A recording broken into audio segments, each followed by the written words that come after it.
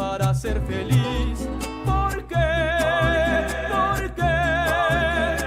No despegamos juntos hacia el cielo. Te daré mi amor solo a ti. Quiero volar. Yo te atrapo, tú me atrapas para siempre. Lo que quieras puedes pedirme. Me querrás, lo sé, solo es cuestión de tiempo. Yo te esperaré y no te dejaré porque te amo, te amo, te amo, mi amor. Eres la mejor.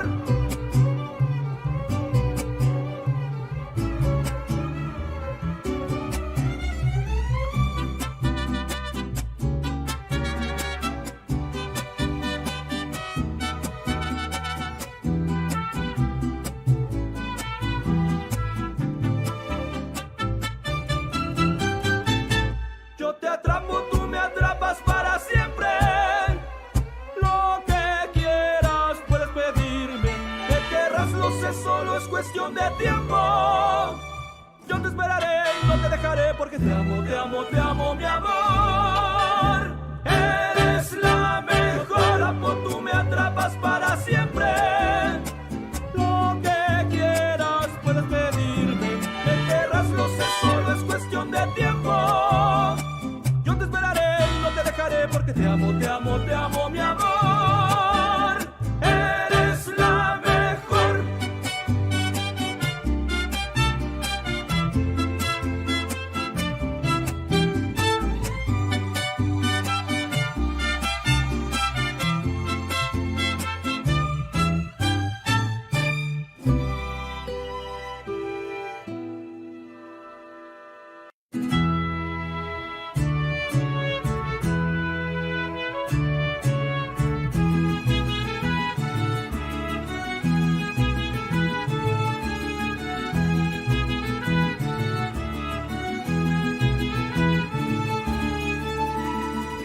Yo solamente quiero amarte y todo mi calor brindarte. Te haré olvidar esas penas que te hacen mal.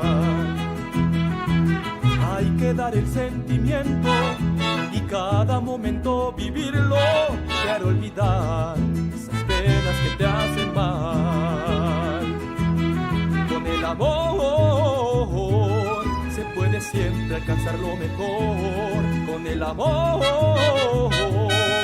los sueños que tengas se van a cumplir. Si tú lo deseas puedes volar. Solo tienes que confiar mucho en ti, seguir. Puedes contar conmigo, te doy todo mi apoyo. Si tú lo deseas puedes volar. Si tú quieres el cielo alcanzar y las estrellas tocar. Oh, mi amor.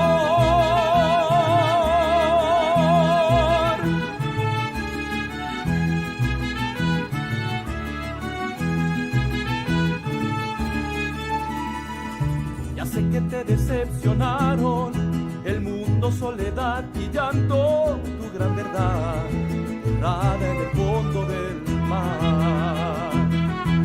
Decidieron engañarte, venderte un mundo impresionante, pero al final solo vale tu fuerza de amar. Es el amor el que echará fuera todo el temor. Por el amor los sueños que tengas se van a cumplir. Si tú lo deseas puedes volar. Solo tienes que confiar mucho en ti, seguir. Puedes contar conmigo, te doy todo mi apoyo. Si tú lo deseas puedes volar. Si tú quieres el cielo alcanzar y las estrellas tocar.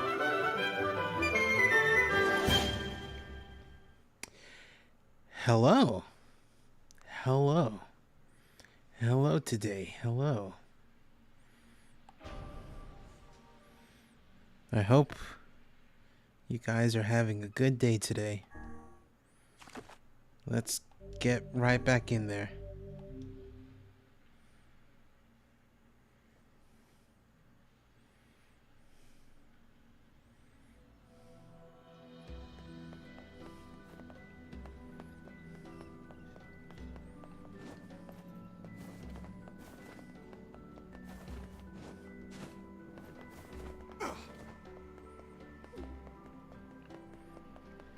So, now that we're here, let's get to the rest of the game.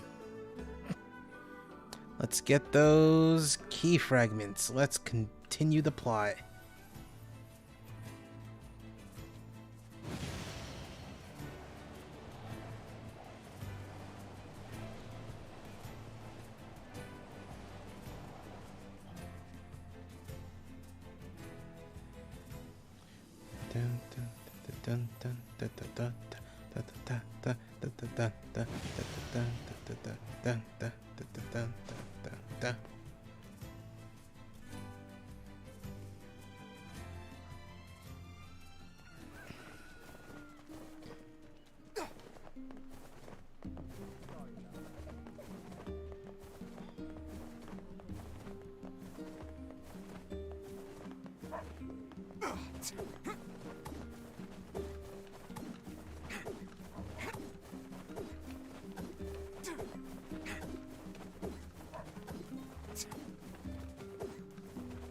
I don't remember what I wanted to do, what I said last time that I was gonna do.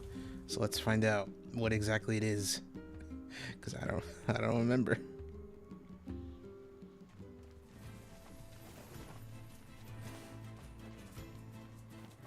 My boy's not there. Is he over here?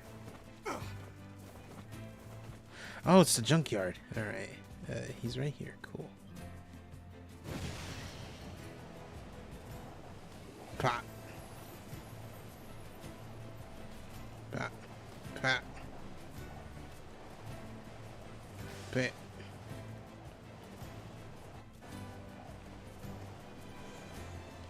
Ooh, you get him, guys. Pop. Pit. Pit. Pop. Ah, no.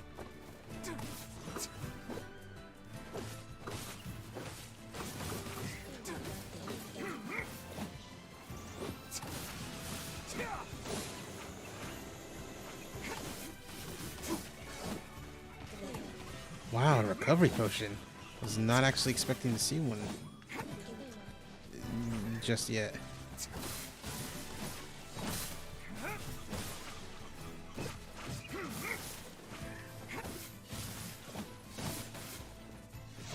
Get these guys out of here.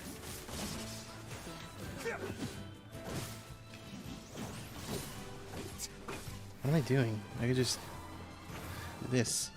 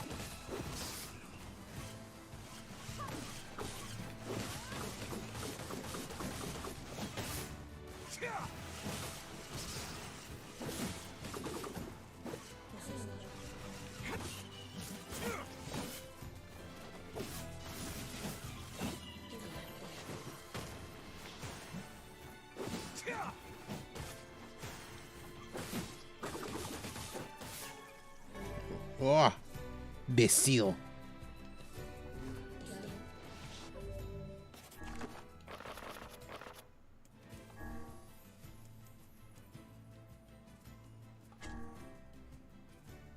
Ah, dang. Imbecile is not as good. Wait, hold on. Is it for magic? No, I don't think so. Imbecile.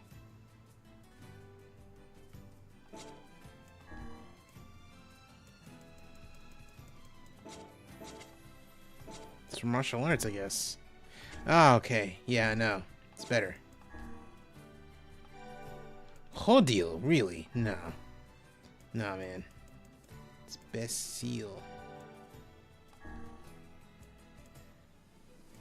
MP cost. Not yet. MP recovery rate. Bacille Solier.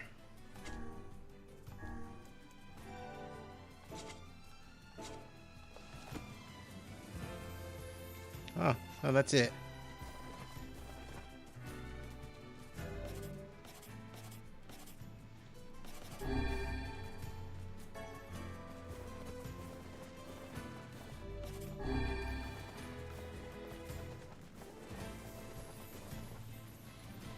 Ah.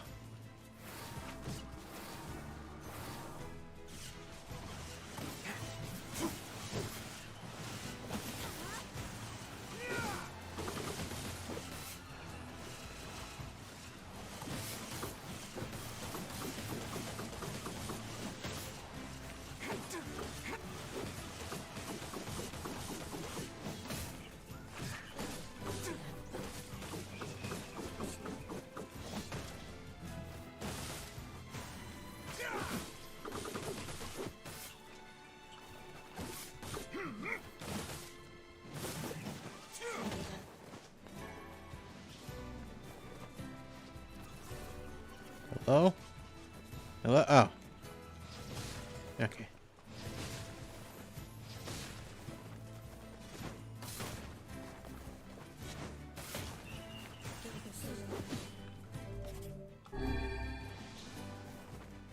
Next time we get swarmed, I gotta try the Dark Doppelganger or whatever that move is. Because I've literally never once touched that.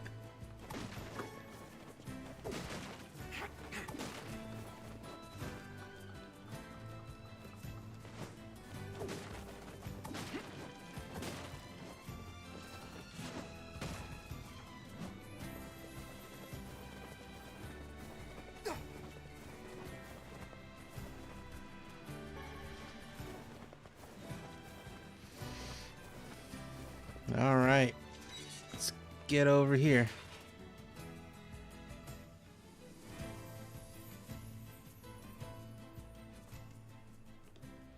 Man, there's gotta be tons of machinery here. Yeah, but I don't know how much we can actually use. Oh, wow. Check this out. It looks brand new. Hey, be careful, all right? This place is dangerous. I'll be fine. Oh no! Huh? Look out! Huh?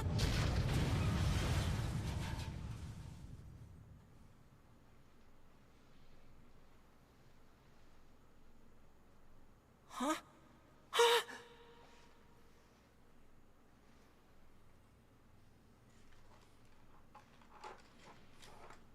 Jacob? Oh God, this can't be happening. Jacob! Jacob!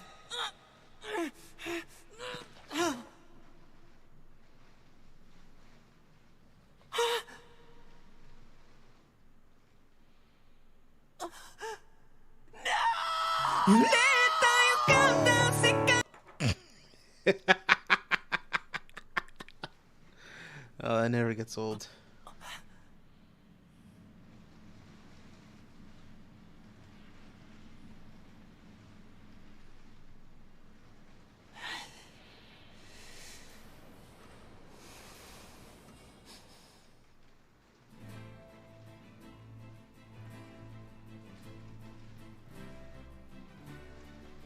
The Junkie. Perhaps we should speak to the brothers. They might know something about this.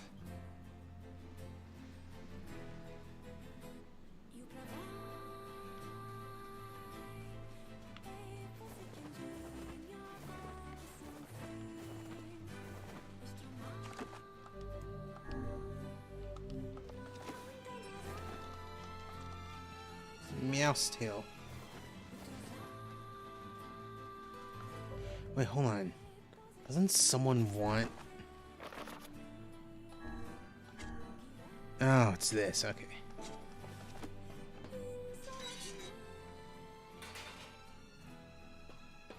Oh, hey there. It's been a while. You're the little one, aren't you? You've grown up. How fares your brother? My brother's been dead for 4 years. Oh, I see. Please forgive the question. It's okay. I need to ask you something. What is it? You heard any rumors about shades around here? Not the little ones. I'm looking for one that's unusually big and powerful. No, I haven't heard about anything like that. But all I want is to destroy robots. Just rip them up. Okay. Never mind then. See you later. Bye.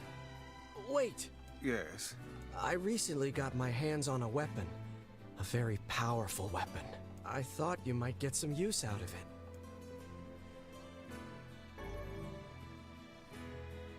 Thanks. This sword has seen better days. Yeah, it's pretty beat up. I mean, there's potential, but it's fairly powerless right now. Can you repair it? I can repair anything with the proper materials. If you'll fix it, I'll get the parts. I'm so glad I decided not to throw this out. I'm gonna need some memory alloy. Only the real big enemies on the second basement level have them, so watch yourself. Also, here's the passcode to get down there. Use it on the elevator. You got it. Before I forget. Phantasm, that's the one. And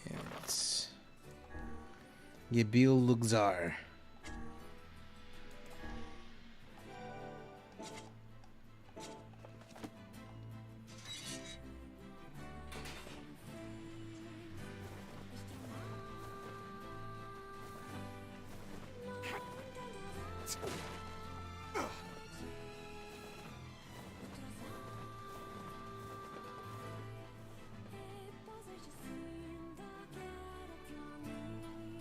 You know, it's funny that no one's really. It's a shame about the older lad. He was but a child.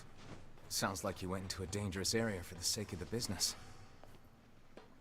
You know, it's really funny that like no one's really here watching the stream because it's raining, storming really badly over here, and I like to compare no one tuning into a stream to like no one wanting to go to a place for like a basketball game or whatever that's like being hosted is what I was gonna say, high school basketball game or whatever, because it's raining.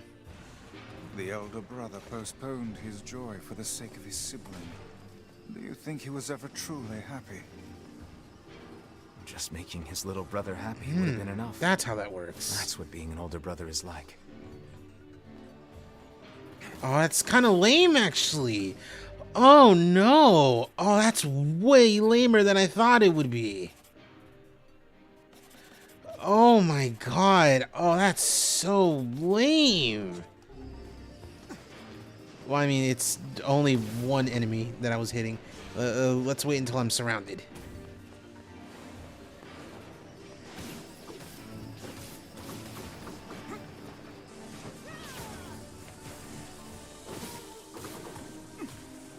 Ouch.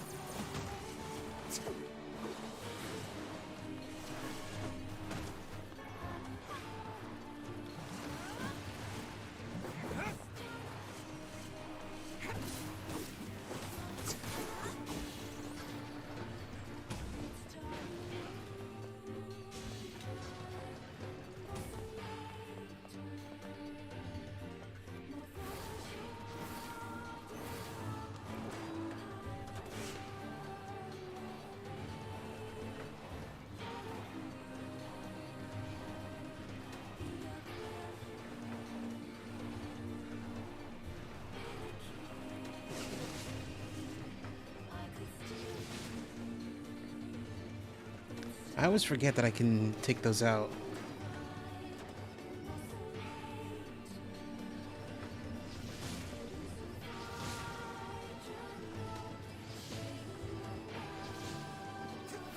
Although this is much easier.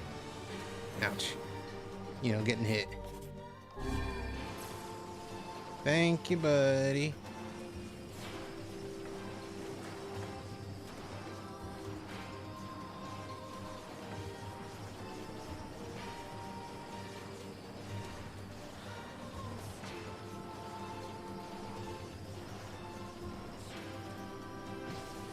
Ah, jeez.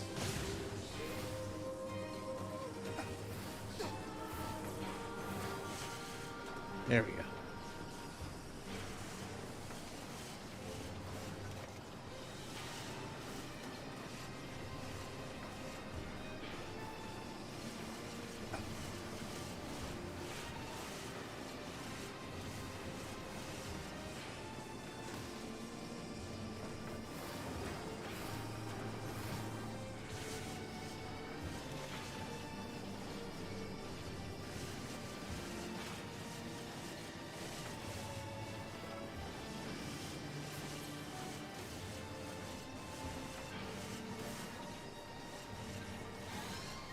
Nice.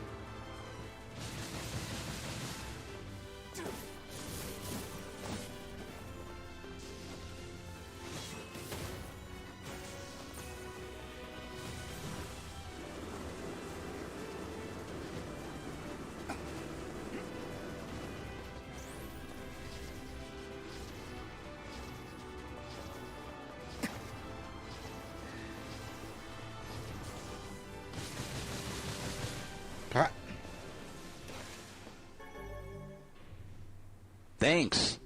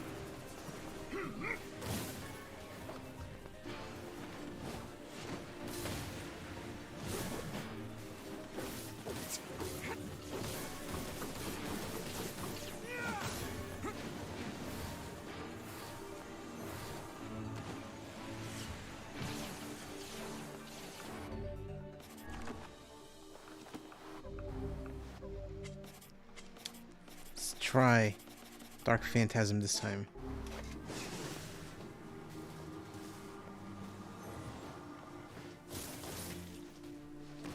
Oh, that's that. You know what? Okay, if it's like a one-hit kill, kind of, then you know maybe.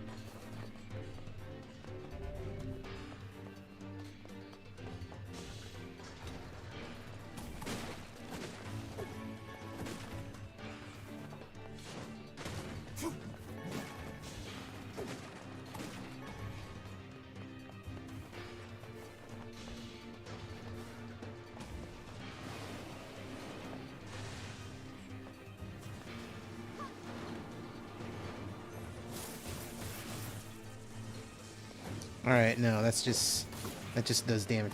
Hello, Shadow Realm. Hi. I'm sorry to hear about your time at the DMV. How's it G3? That's one less than G4.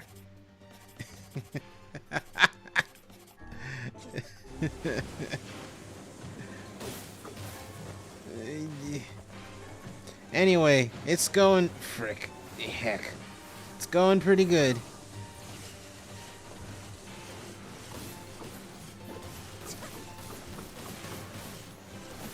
Jokes. That's what these are. That's what's going on. Just some jokes. I kind of lost track of what I was doing in this fight for like a brief moment.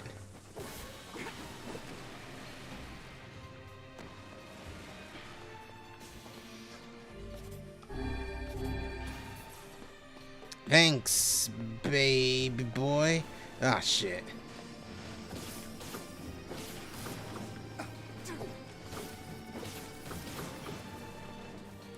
Bomberman who?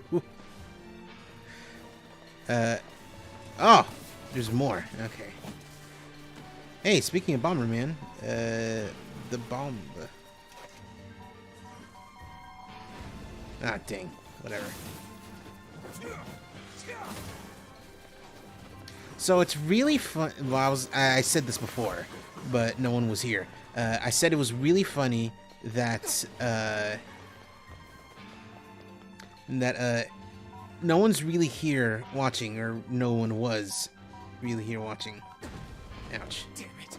Where is this supposed to... Oh, okay. So I gotta really haul ass. It was funny that earlier no one was really watching. Ah, oh, hey, Ash. Alright, fucking shut my mouth about how no one's really here watching, even though it was mostly kind of a joke. Because I was saying, like, it's storming real bad over here. You might be able to hear the rain, you might be able to hear the rain smack against the window. Perito was here. Yeah, he was here. And then I was like, hey, how's it going? No, he asked me, like, oh, how are you doing? And I said, oh, I'm doing okay. So... I hope you know that I can't really communicate with you well because I can't speak Spanish, except, you know, I said it in Spanish.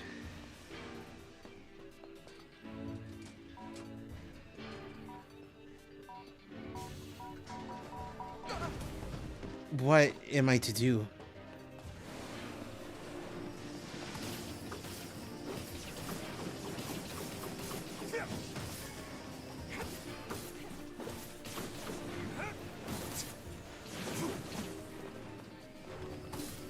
I think I only need one memory alloy, and I can just go. I don't need two, mostly because I don't think there is a two. Cheez, hit that sleep button. No, I don't want to play the fucking RuPaul's Drag Race game. All right, let's try it this way. Go, go, go, go, go, go, go, go, go. Alright, cool. I don't remember what's over here. Ah, more things.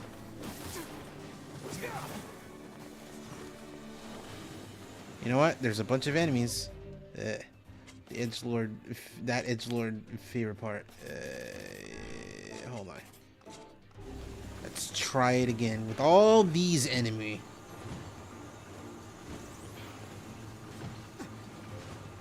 Honestly, I'm very not a big fan of this move. Why? Only 4? Oh, come on. There's 5 enemies here. Ouch. Oh, this ain't good.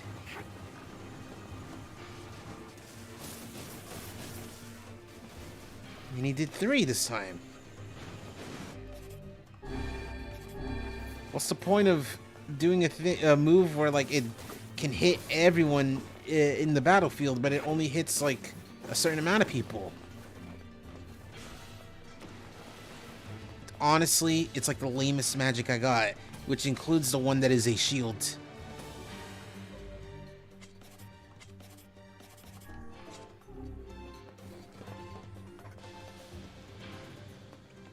Oh, you're right there. Okay.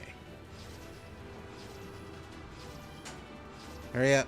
Hurry up. Get targeted.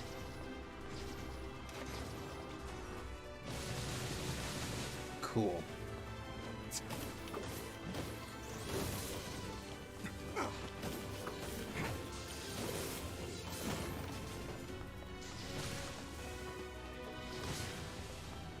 No effort. Titanium. Oh, there's two. Oh, jeez. No. Target this one. Oh, God, it's magic. I need more of it.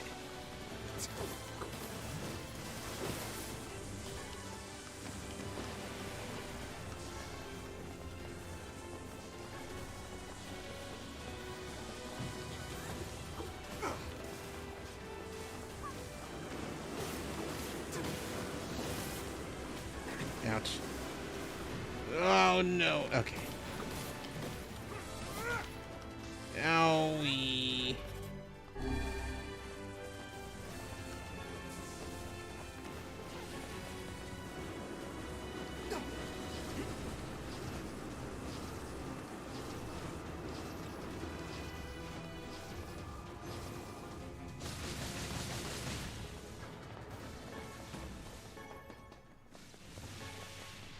Alright, I guess I don't need to do this anymore. I can just leave.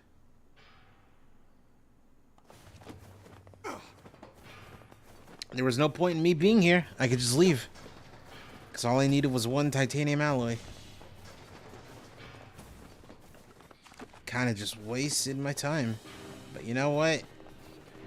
At least I learned that Dark Phantasm kind of stinks.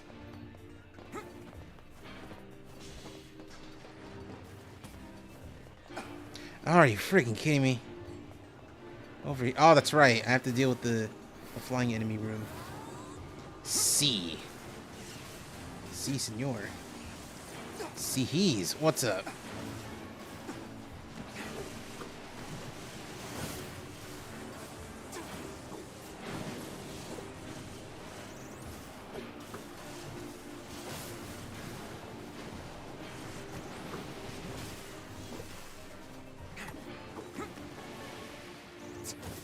Quick Q&A. It's there. I mean, you might as well just ask the question. Like, you ask a question pretty much every stream that you watch of mine. So like, you don't have to be like, oh man, hey, can I ask you a quick question? Because like, you're almost definitely going to. So like, just say the question. I mean, there's the worry of like seeming rude, but you know. It's fine. It's whatever.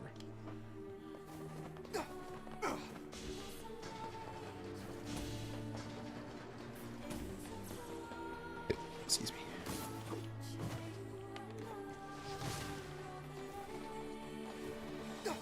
Is there anything at the end? There is nothing at the end.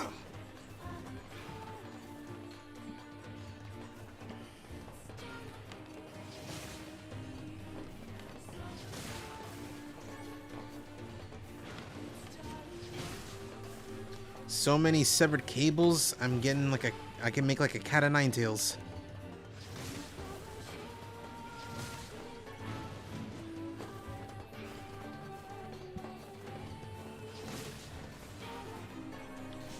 Favorite Power Ranger season? I've literally barely ever seen or remember much Power Rangers. The only one that I can really tell you is I guess Dino Thunder, because that's literally the only like amount that I've regularly seen. Oh, Beast Curse. Thanks. That's the only one I can really remember. RPM is a good one too. I've heard that. Isn't RPM the one that's in the post-apocalypse? Yeah. Alright, cool. It is exactly. It's the one with the fucking Scottish dude. Yeah. Yeah.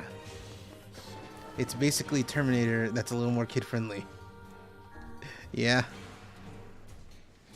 I remember the Scottish dude is in there.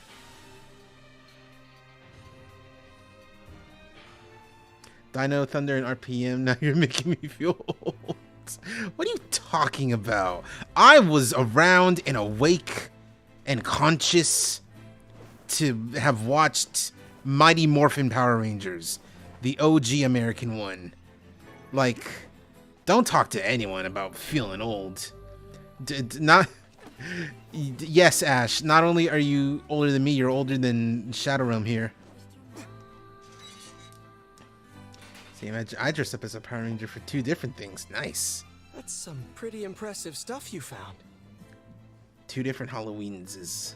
I'll start upgrading your weapon right away. Thanks. And since you did me a favor, I won't even charge you for it. Thanks. Geezer in the kitchen. Don't be so mean. Actually... Oh, God. Okay. This is gonna take a little more time than I thought. Okay. All right. Yeah. No sense in you waiting around. I'll send you a letter once it's ready. That would be great. That would be great.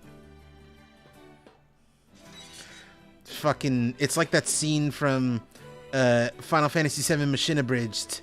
I get to hang out with like a really cool older lady. I'm 20, right? You're so old. Oh man, good old abridged Yuffie. We have some free time on our hands. Let's speak with Popolar. Maybe Popol has found some information about the Shadow Lord. Let's drop by the village. Very well. I think I know what's going on here, and if that's the case, oh boy, I'm excited to see how it's different this time around, because I did something different.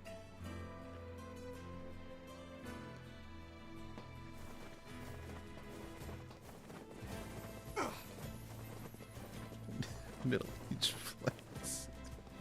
God. Nice. All right, I want to see, because there's like a bunch of these little gremlings. I want to see how many does it hit at maximum power.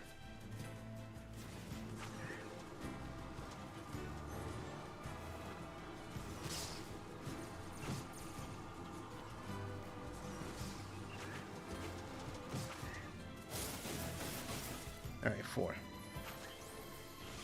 Hello, El Perito. We're talking about being old.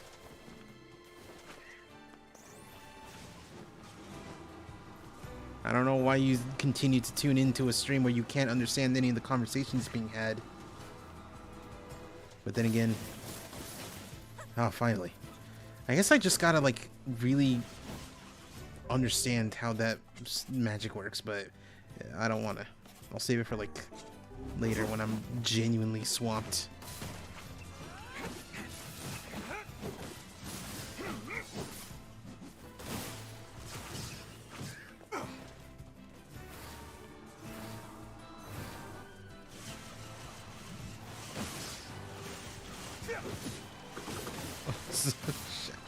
You gotta separate every single word of your username, huh?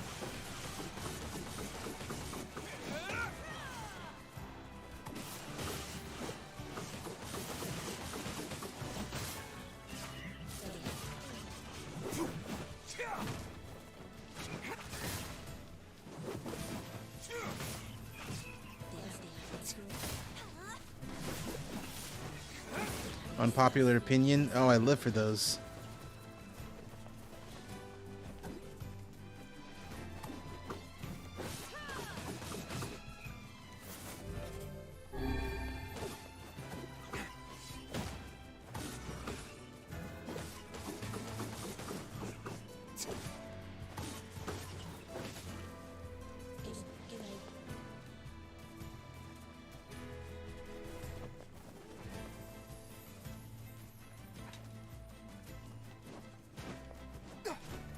Go Diego Go is better than Dora the Explorer.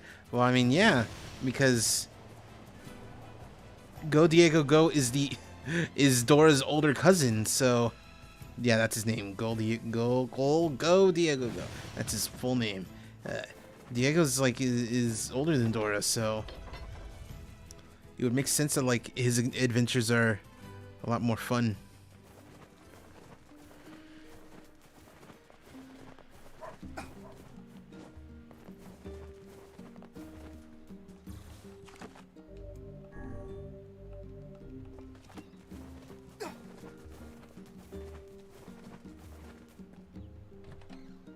That's the wrong place. Actually, nice. Nice.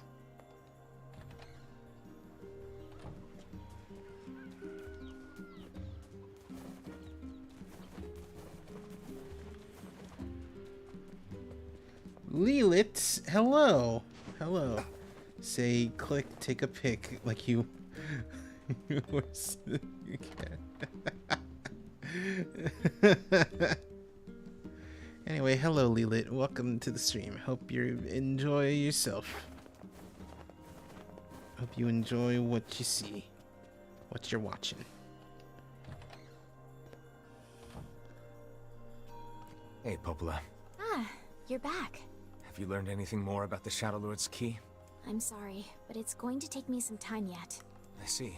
Well, can I take something off your plate in the meantime? Yes, please. Oh, how about this? Oh, You know the ferryman with the red bag, right? let's go. Well, he's been skipping out on work lately. Can I ask you to go to Seafront and check on him? Sure thing. I hope that thing that I did actually changes the course of this story, at least for Red Bag Man.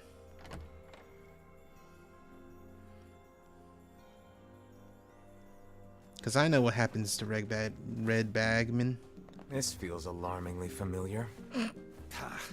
I'm sure that couple is merely having another one of their inane spats.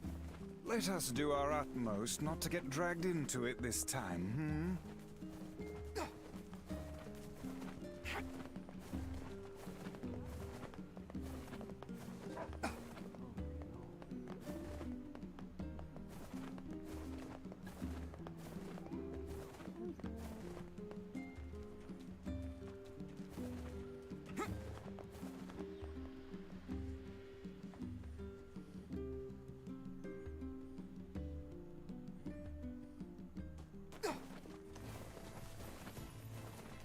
There we go. Biggie boy. Let's go.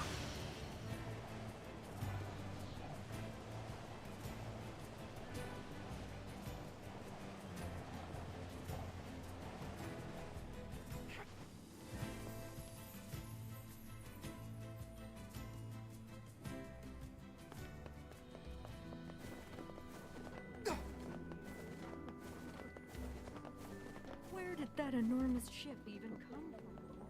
Where did that enormous shit even come from? Oh god, it's over. My life is over. What's wrong? Oh hey, I remember you. You're the ones who helped us out way back when. We also like helped you out with your anniversary dinner. Seeing as we've come all this way, I suppose we had best ask, what is the matter? I had a fight with my husband and he ran away from home. Yes, yes. You may color me utterly flabbergasted. Yes, yes. But it's all that idiot's fault. I was saving up a bunch of apples, and he went and ate 10 of them. That's actually sort of impressive. Well, sure, I may have lost my temper a little, but I can't believe he just up and left. He's been gone for a week now, and it's... All right. We'll help you find him. Really? Oh, thank you so much. And here we go again. Shall we begin by asking around at the tavern like before?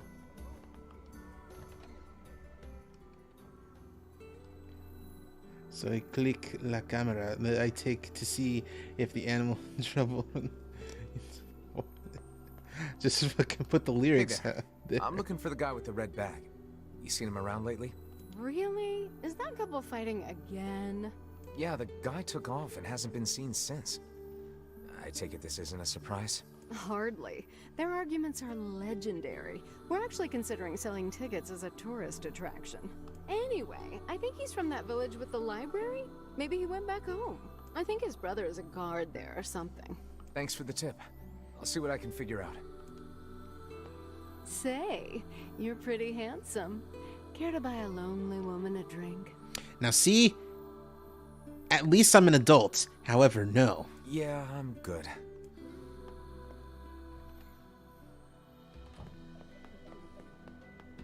To think that couple's petty squabbles have become something of an attraction for the locals. Doesn't surprise me in the least.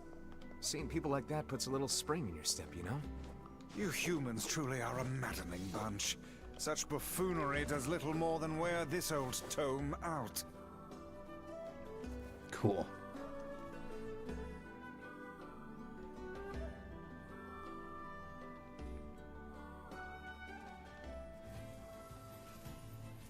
We searched the southern plains back when the wife ran off too, right? I believe we did, yes. Lots changed since then.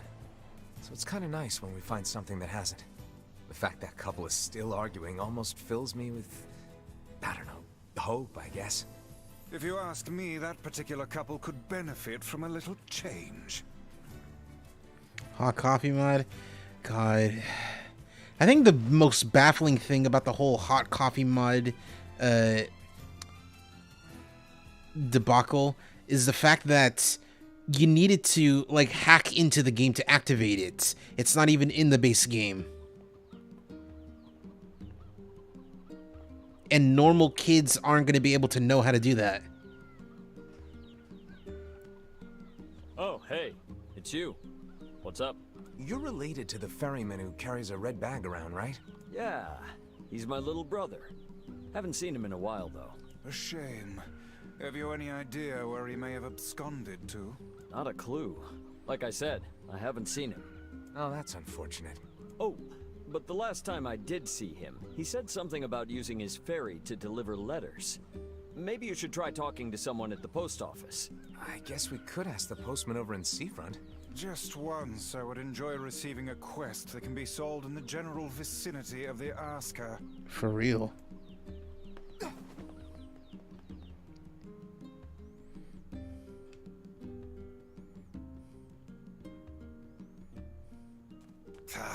I cannot believe how many trips we have made simply to track down a single man. It's all right to do this kind of thing every now and then.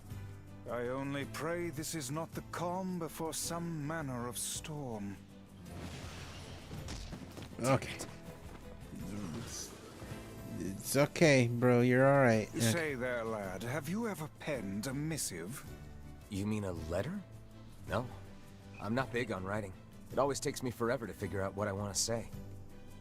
What's to figure out? One simply takes quill in hand and unleashes their soul upon the canvas of the page. Whatever you say, Vice. Alright, I guess Shadow Realm is a genius who was able to... who also had the patience to deal with early 2000s internet. The internet didn't become usable for most people. And I say usable. I don't mean like, you know, like like it was accessible. No, I mean like the internet was not usable for people. Like it was barely functional until like 2005. 2003 was getting there, but 2005 is when the internet really blew up and acted like it knew nobody. Hey, postman. Oh, sorry. You're not him. I'm sure as hell not. I just swung by to pick up a letter and wound up running the damn place. Anyway, you here for a package or something? No. There's this couple who's always fighting and the husband took off. So I'm trying to track him down. Ring any bells? Sorry, pal. You're asking the wrong guy. Still, that's pretty weird. My buddy's daughter took off too. Maybe running away is the cool thing to do now. I was already doing roleplay chat rooms and slowly downloading videos in the late night. Yeah, people who regularly actually used 90s, early 2000s internet have ridiculous amounts of patience nowadays. I find it exceedingly unlikely this pair of runaways is mere coincidence. Any idea where she might have went? That is the question, isn't it? Actually, you know what? I bet she went to Excuse me. a huge shipwreck that drifted into the inlet the other day. Not often something like that comes around. It's all the kids have been talking about.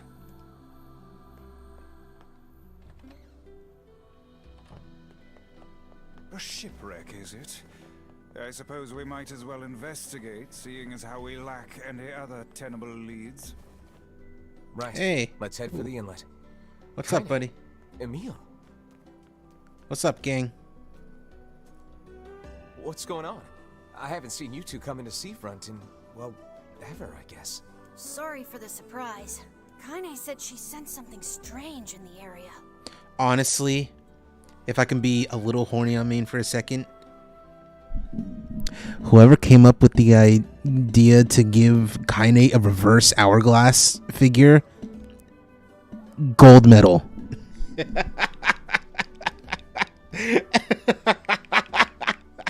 Strange how? Like a shade? Maybe. I'm not sure. There's some kind of sound or something coming from up ahead. What an incredibly specific piece of information the hussy has graced us with. What is it, Kaine? Nothing. Let's get moving. Oh, it's the ship.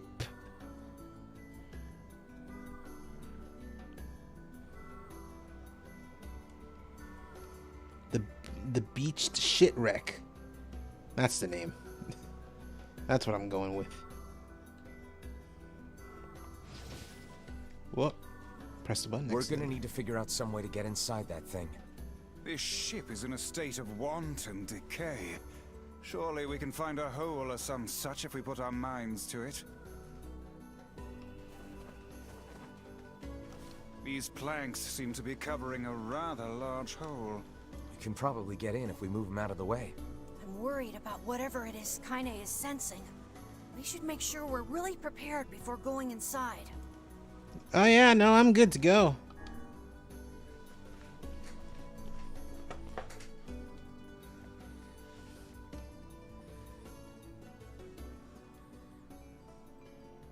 This ship is in poor condition indeed.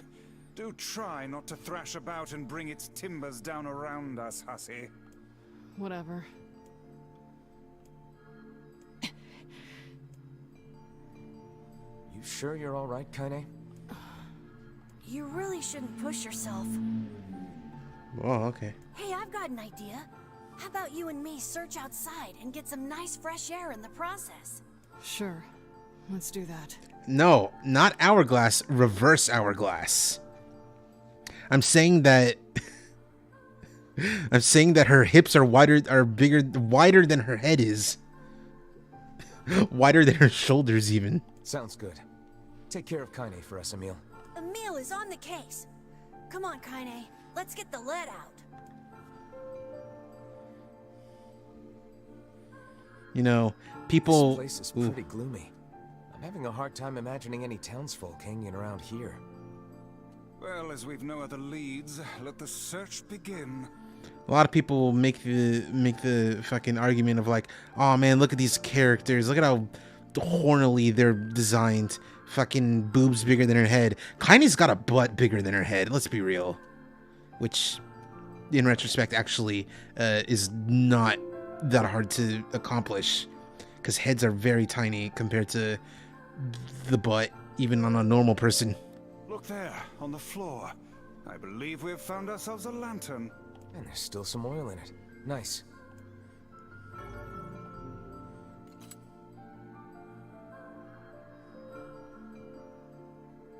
Who dat?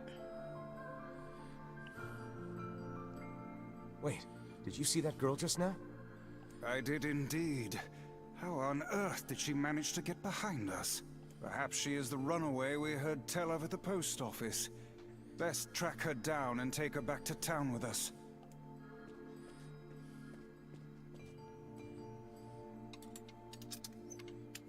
Oh. Hmm? There's no one here. Weird. It's like we just saw a ghost. Oh, what foolishness. I am certain this room merely contains a secret passageway or the like. I love the trope of like not archaic, like fucking old wizened magic people being terrified of ghosts. It's hilarious every single time. What is with this ship anyway? There may be clues somewhere that tell of how it ran aground.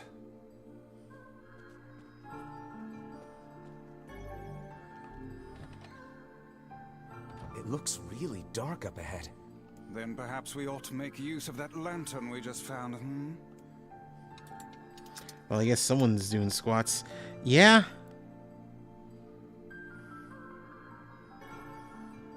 What's this? An apple. It's a bit bruised, but it's not super old or anything. I wager it was dropped by that fruit-loving ferryman with the red bag. Perhaps he absconded to this ship to wait out the storm after yet another spirited debate with his wife. Ah, goodness, what a troublesome couple. Let's keep moving. I mean, there's also the argument to be made that Kaine just has a ridiculous body. Oh, what was that sound just now? You can even extend it to say that people who are intersex have insane bodies. And I'm not going to say no to that theory. Sounds like it came from the floor above us.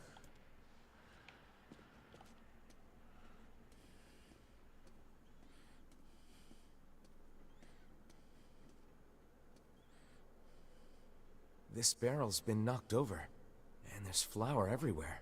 Surely it was toppled by the girl we saw at the entrance. Wait. Cast your eyes to the floor, lad.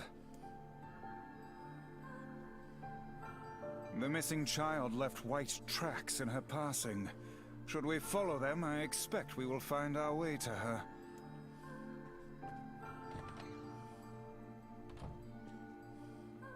Man, this book's got some serious heft to it. Wonder what it's for. It would seem to be this ship's logbook. Let us avail ourselves of a gander. Records of the routes it traveled, the weather it encountered, and the places it made port. All in a painstaking level of detail. I would expect no less for a vessel of this size. Fruit-loving ferryman, limp wrist.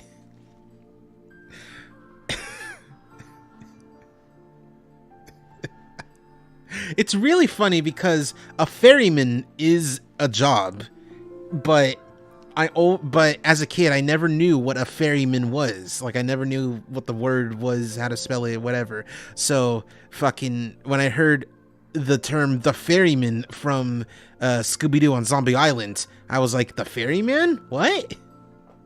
Until the day the records suddenly cease. What the hell happened on this ship? So this logbook is like the part of this chapter where I'm like, yeah, oh, this place is real cool, real fun, real cool to be in and be around. And then this part is made me go like, oh no. Hey, there's a notebook on this desk. Oh wow, this thing is crammed full of information. A record of the cargo they carried, no doubt. Let me see. By my pages, this ship was used by slavers. How simply atrocious. Wait, you're telling me they sold people? And made out quite handsomely from the transactions, it would seem. How could they do something like that? I do not know, nor do I care to ponder it. Let it suffice to say there are monsters who trade coin for misery in all corners of this accursed world. Man, this writing's so fucking good. There's a breeze coming through these shelves. That white vase is rather conspicuous. Try giving it a nudge. I'll stand around and do nothing. A hidden room. How delightful. Thanks.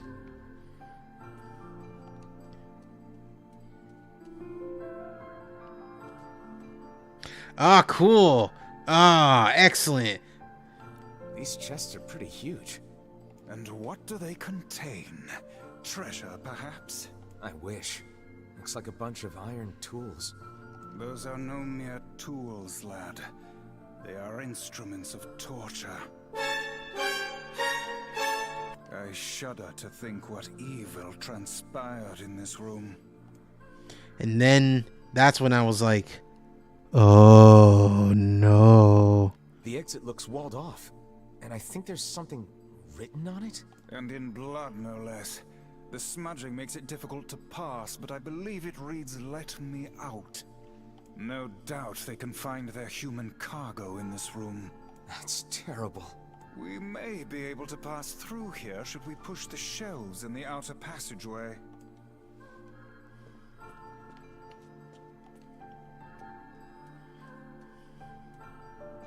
It's funny because you can entirely miss all of this.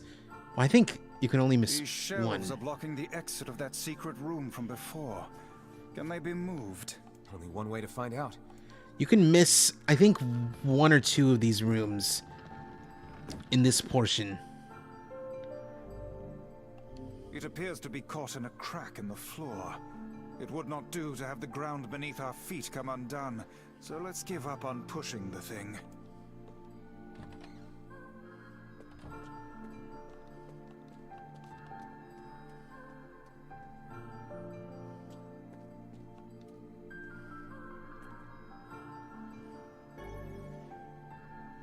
Thanks. There Why don't am I seem saying to be any thanks? shades around, at least. Fortunate for us. Now let no more time be wasted in our search for the townsfolk.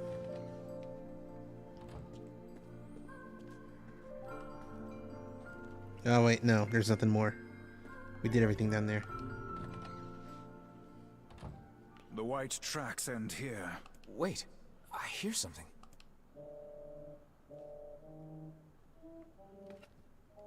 Would it not be wise to explore the rooms on the floor above us? I'm curious though. Warped and Seems this door will unusable. not open. I love that it's warped and unusable. A kitchen, is it? Heavens, look at the size of this saucepan. This must have been where they prepared meals for the crew. There's a note stuck to the counter. Extra rice, hold the peppers. Looks like the crew had some say over how they ate. To be picky about one's food while at sea is a luxury indeed. Thinking back on it, the cuisine we were served during our visit to the bickering couple's home was quite particular in its choice of ingredients, was it not? Tell me about it. I feel like I've sampled every single recipe in the Apple Fanatics cookbook. Once we track down the ferryman, we should invite them to a meal at our place. A fine idea, lad. Thanks. That was dialogue that I have never actually seen in this part. The fucking bit where it's like the Apple Fanatics cookbook.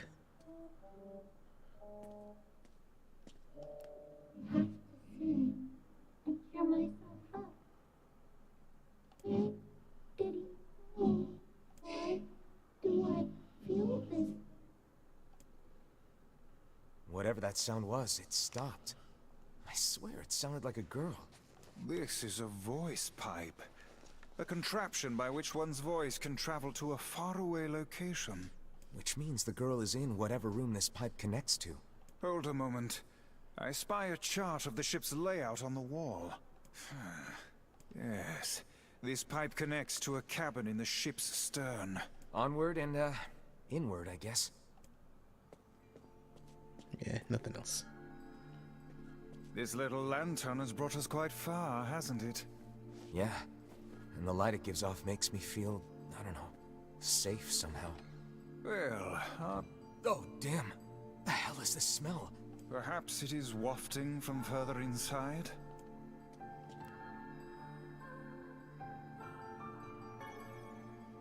Another apple. Just how many apples does that quibbling husband keep on his person while he's out and about? Let's keep searching.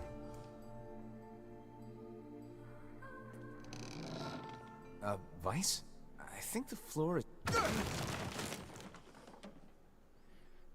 Speak to me, lad. Are you hurt?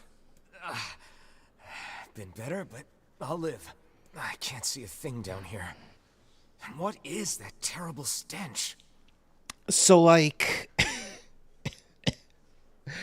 when they introduced the concept of there were slaves on this boat, on the ship, I was like, I got to this point and I was like, oh no.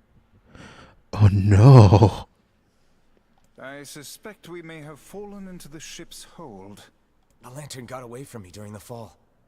We'd better look for it.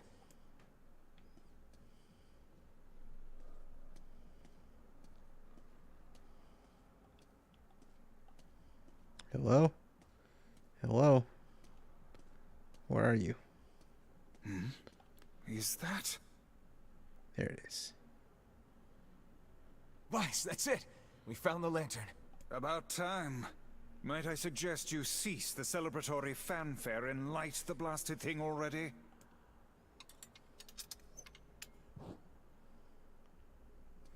And then I see this and I'm like, oh no, oh god, no. Oh dear.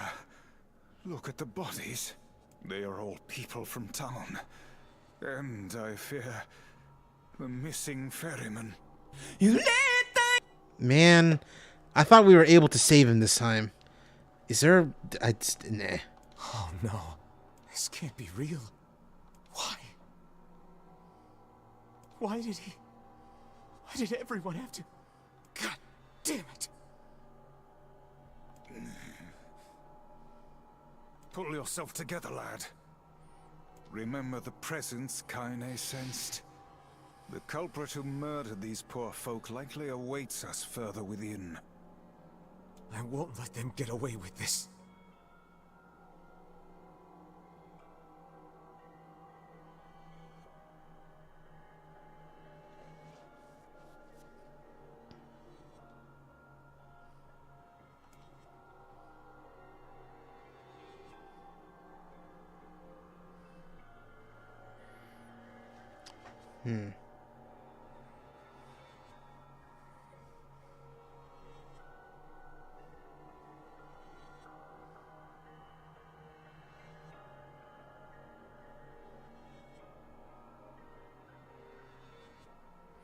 Okay, so there is a way to save him, and I did it wrong.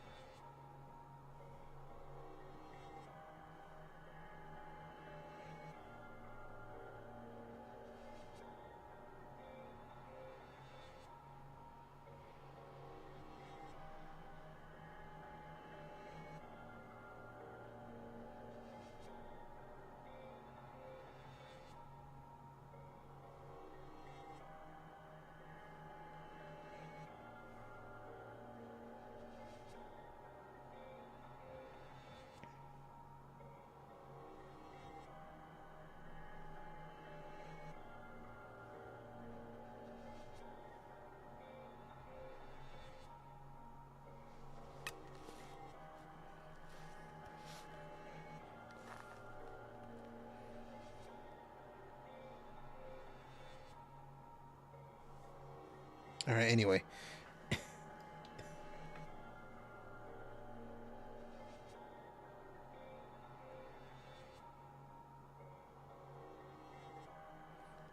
All right, let's go.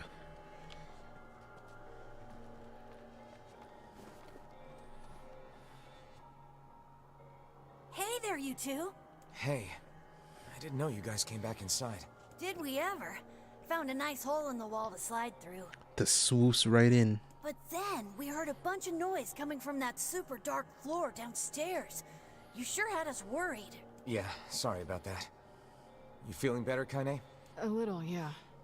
Sorry for the trouble. Good. That's good. Jeez, you seem really down in the dumps. Did something happen? Tell me, Kaine, that presence you sensed. It's on the floor above us. I feared as much. It seems we've little choice but to press onward.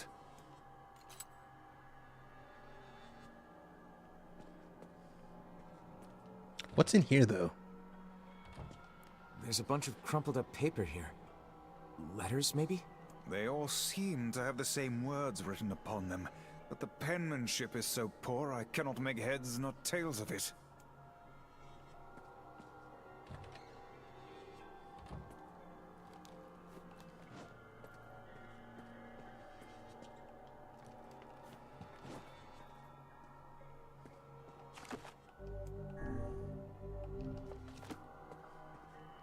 This would be the final room, yes? The culprit who murdered the townspeople may be behind this very door. Let us proceed with utmost caution. Yeah.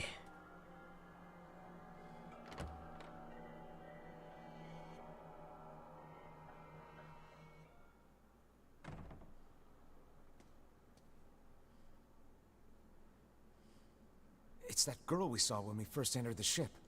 So, like, I'm not one to talk about, like, a character's shoes unless I really like them. But even then, I have to really like them. But I love the fact that this girl's just wearing, like, these little galoshes. But they're white and pale, so they look kind of like white Ugg boots.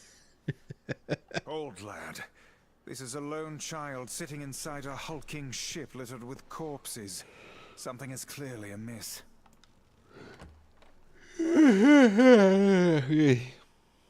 There. Could this girl be the presence you sensed, Kaine? Genshin shoes check.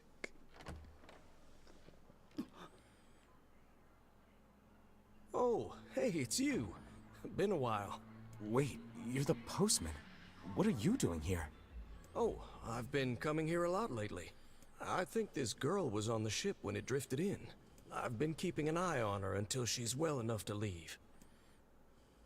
Hey, so this is kind of awkward, but the girl is, you know, bleeding. I brought a bunch of bandages with me, but, well, how exactly does one deal with a woman's time of the month?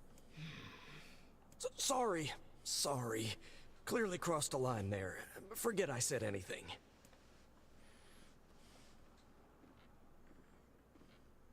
Stay the hell away from her. She isn't...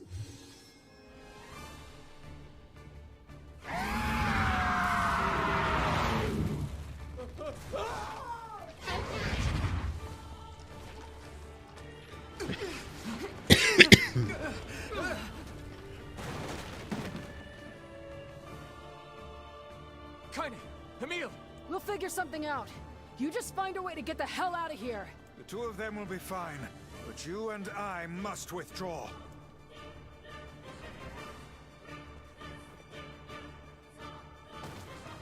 The ship is collapsing. We must leave at once. Very much aware of that, thanks. Let's go. Shades! Damn it, they're in the way!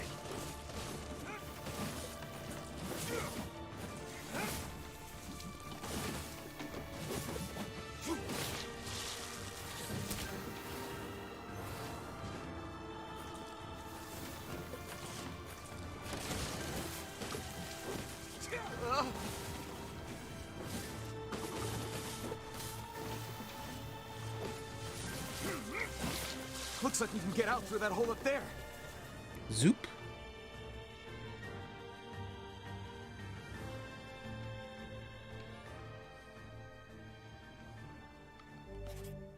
Eight and 9 of these.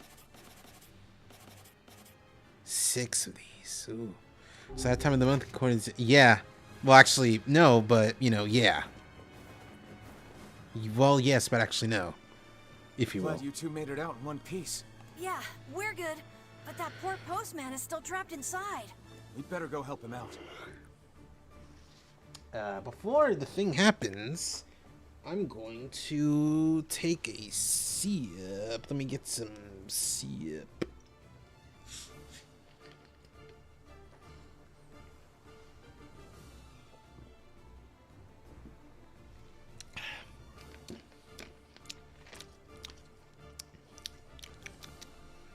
No shade would dare pursue us into sunlight such as this.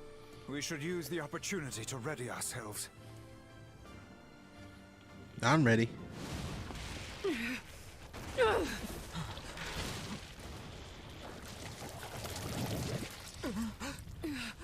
What on earth?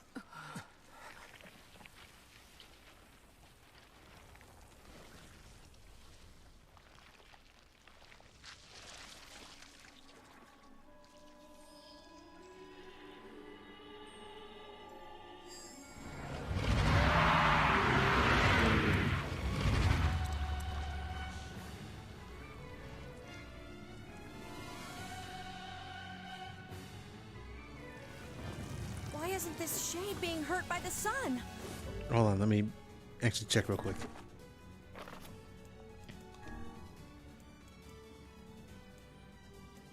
$247. Yeah, Beasters. It's heavy though, so I can't swing it that fast. That is not precisely the case. It most certainly is being burned by the sunlight. However, its regenerative abilities far outpace whatever damage the light is able to inflict. Wait a minute, hold on a moment.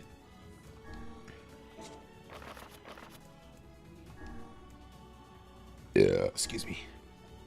What's it? Pahol Mahira. It's Pahol Mahira. Wait, hold on.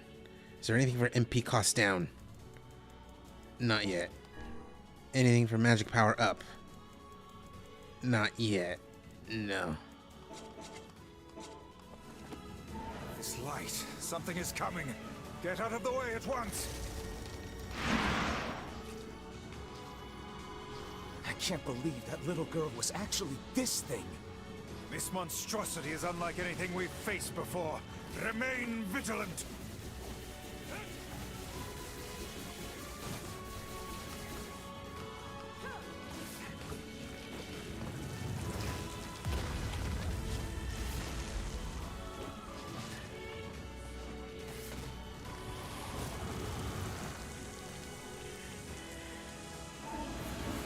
Oh, cool.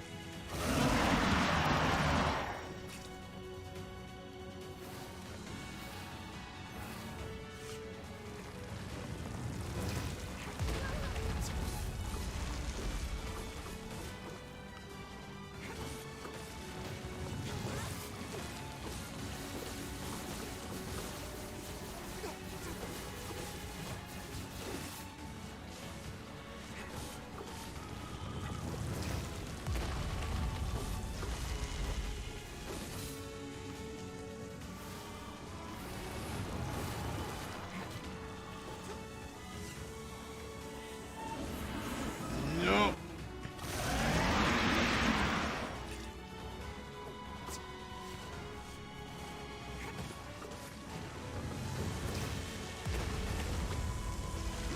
Aim for the tentacles with faces on them. On it.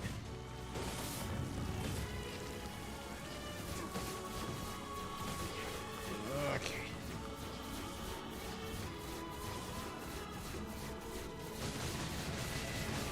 Okay. Oh god.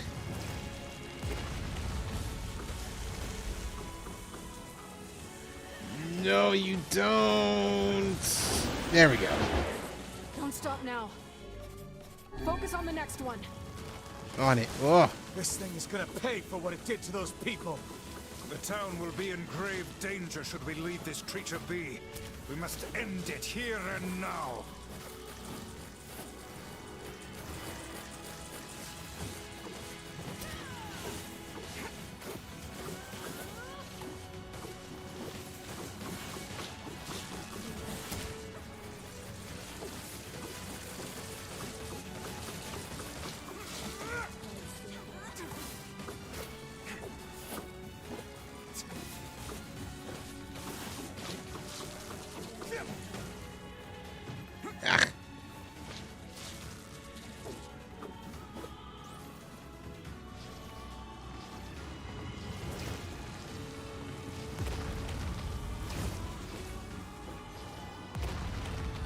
You missed, idiot.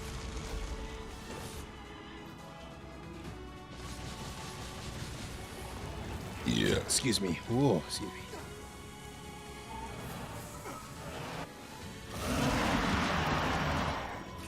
Y'all just love to get hit by everything, huh?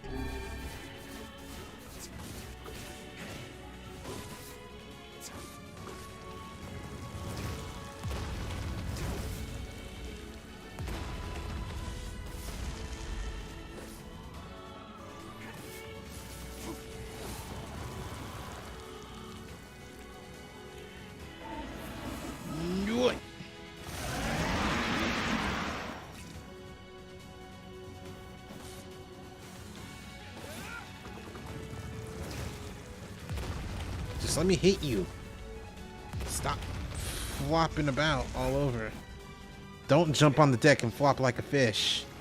No matter how much the fucking aye captain, I can't hear you, aye captain. No matter how much he tells you to do it, please stop flopping on the deck and drop on the deck and flop like a fish. There we go.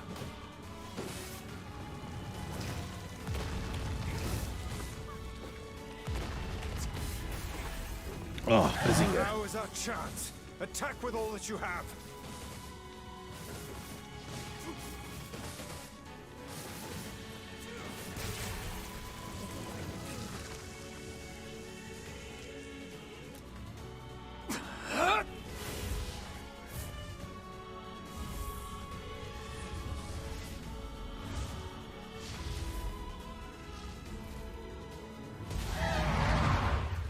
Just fucking punch its head clean off.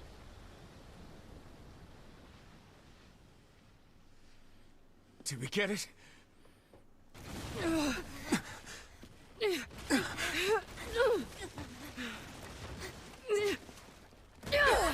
Yep, that's me. You're probably wondering how I got into. All right, that's the perfect pose for that. Oh hell, that thing's huge.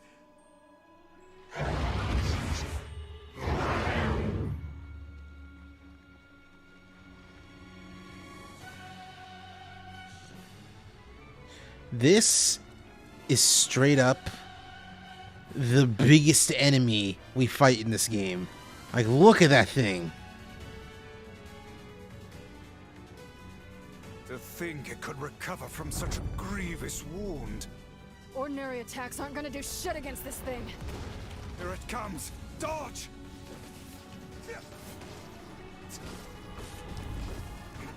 Anyway, can you even call something like this a tentacle monster if it's made entirely of tentacles? I mean, technically, yes. Turning its body into spears and shooting? Jesus! Oh god, that just murderized me. Holy shit! Oh god, please don't put me at the fucking. All right, cool. Oh, I was gonna say like. Think it could recover from such a grievous wound. Ordinary attacks aren't gonna do shit against this thing. Here it comes. Dodge! Flop count 1. Yeah, I'm not afraid to admit that, you know, flop errors are an occurrence. Is this thing turning its body into spears and shooting them at us? I can't believe such a huge shade even exists.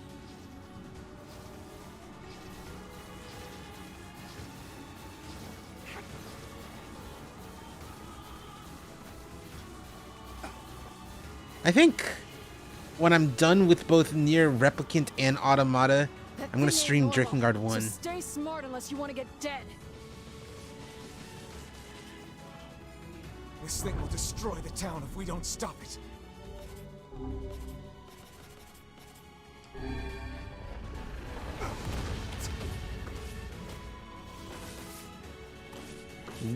RE Village Monster Who?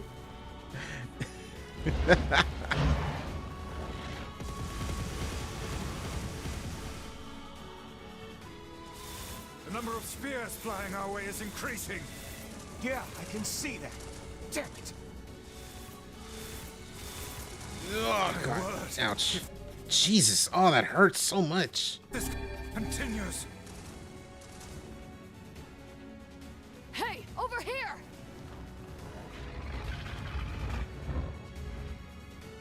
This guy's important to you, isn't he?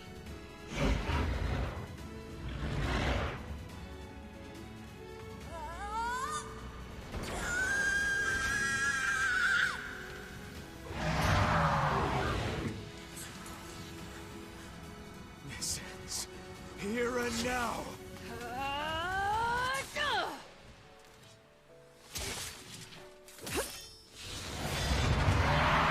Oh, that looks so cool. Like, even after playing this game a bunch of times, that move always looks cool.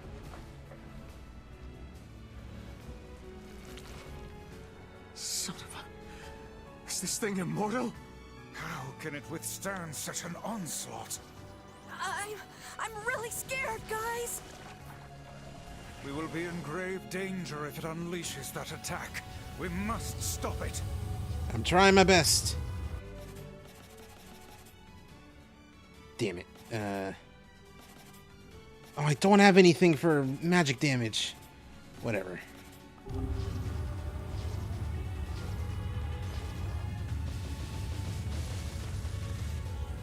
Lamau XD. Just get out of the way. Block. Ouch.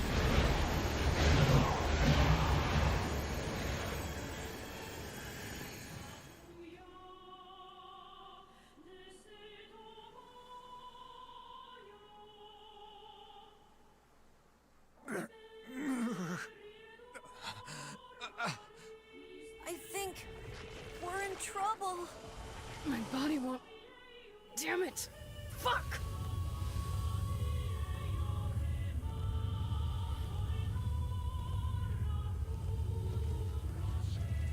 Stop! No!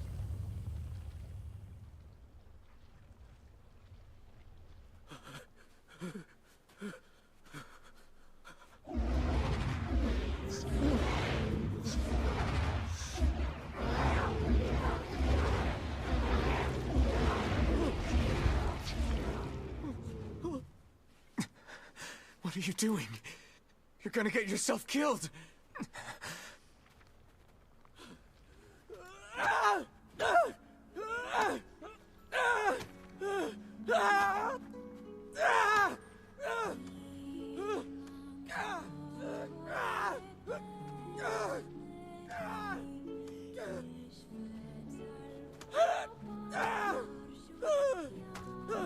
It stopped. Focus on the source of its magic. Aim for the head.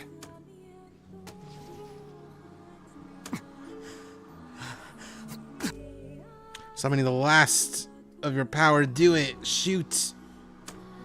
Aim for the head. Merry Christmas, motherfucker. We can never be together. You disgust me.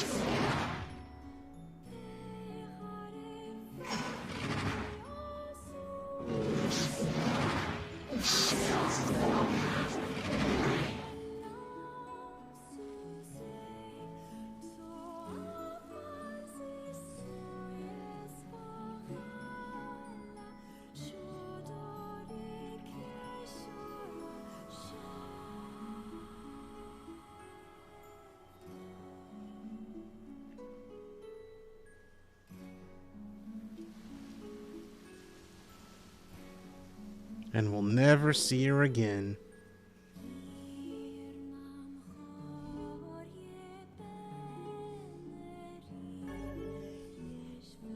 Thanks. Ah, cool. MP recovery rate. Ah, sick. Abnormalities, several deleterious abnormal, whatever. I can't read all that.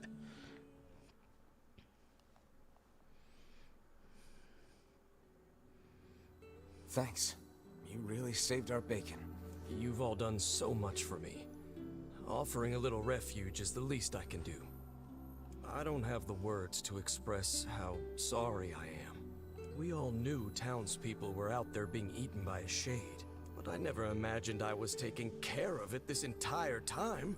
The fault lies with that foul creature alone, Postman. Not yourself. I hope I can believe that someday. All right, well, we'd better get going. There's someone else we need to break this news to. Fair enough. I hope to see you out there on the old letter trail again soon.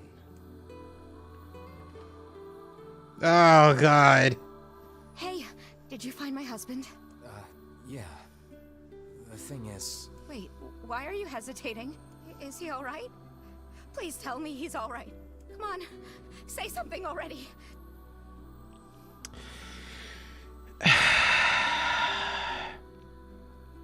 We'll get him next time. Your husband was killed by a shade. I'm sorry. We tracked him down, but it was already too late. No, it can't be true. That big idiot. Always carrying his bag around, thinking about me all the time. Oh God, this can't be happening.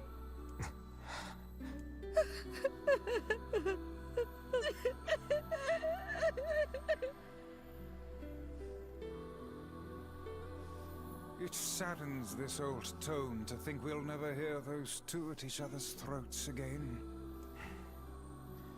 If only I'd gotten to him sooner. Damn it.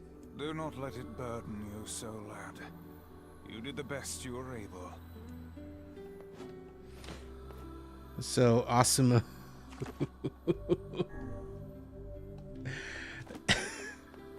You telling me that Red Bagman is like a really cool fighter and he died way before his time? Well, he did die but way before his time, but like Red Bagman? Really? Gonna compare to Asuma? Asuma's not even the saddest death in Naruto. He's a very sad one. Don't get me wrong. Yeah. When you were threatening that shade on the beach the other day, how did you know it was trying to protect the postman? Just a feeling, I guess. All right.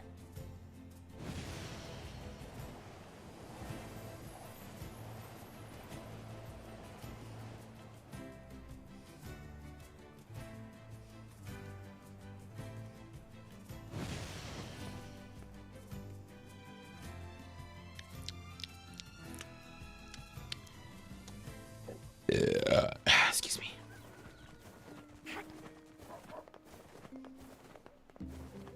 If only our harvests weren't so poorly. Don't worry about it. Your harvest will get better eventually one day soon. Hold on. Before I forget. No. Martial arts.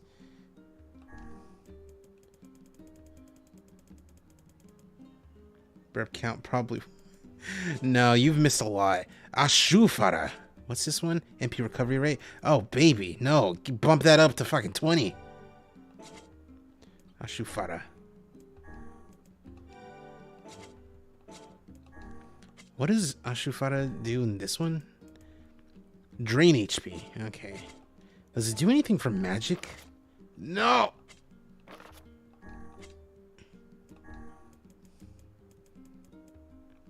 It does not.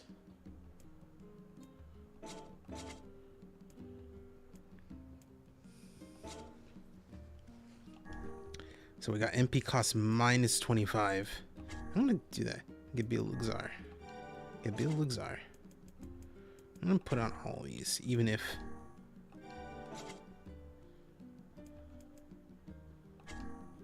I'm not gonna be using most of these. Really? Not Gabil either?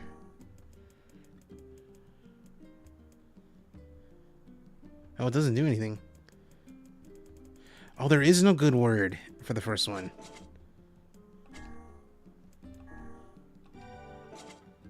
That's weird. So want to hear some news? It's very funny. Hit me with that. Why don't you?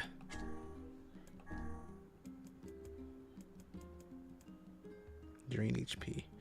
Nah, I'm good.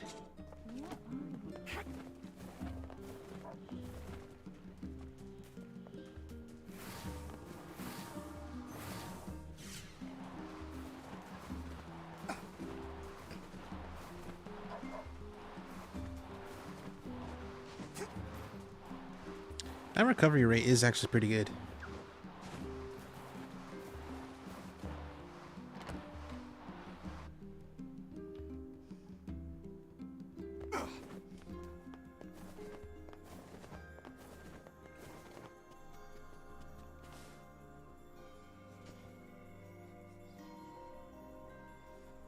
Shades on the coast, the ferryman dead. You've had quite the rough trip. That poor ferryman used to tell me stories of the epic quarrels he had with his wife. He found the whole thing quite amusing. Idaho is sort of banning porn, but before you go on the website, you need to put your ID first. Oh man, that is actually pretty funny. He loved her, though. He loved her with all that he was. I'm very sad to hear that he's gone. Still, you made it back safe, and I'm glad for that. Have you any new information about the key to the Shadow Lord's castle? I'm still working on the decryption, but I'm afraid progress has stalled. Loyal Cerberus might refer to a dog, but I've never seen anything that would fit the bill. It must be pretty complicated if even you can't decode it. Well, you're our last hope, so please keep trying, okay? I will. By the way, I was walking by your house earlier and I noticed you had some mail. You might want to check it out. Thanks. I'll do that. I think the whole thing of like putting your ID first is less to like stop people from going onto porn sites and more like making sure that minors aren't going onto porn sites. One last thing. Since the ferryman was missing work, I arranged for someone else to handle the job. I'll make sure they know to let you use the boat as before. Gotcha.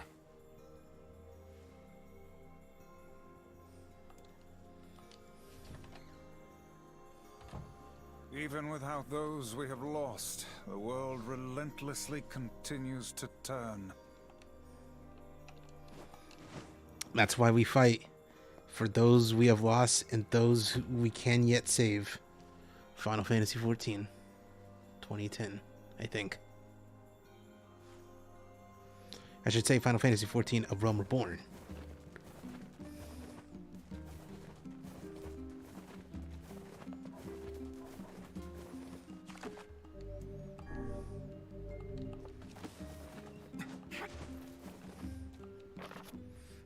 Official notice. As per Rule 25,656, please consider this your official notice that the King of Facade has chosen to enter into the ceremony of matrimony. Please lodge all objections and or congratulations through the official channel stated in Rule 38,585. Sincerely, the Facade Office of Marriage and other legally binding contracts and concerns. P.S. Hey guys, it's me, the King of Facade. Sorry, this is all formal and stuff. Listen, I'm getting married and I really want you to come, so get over here. Getting married. Does this old book good to see a boy become a man? Probably not a good idea to turn down a wedding invitation from a king. Let's go to Facade. Let's do that.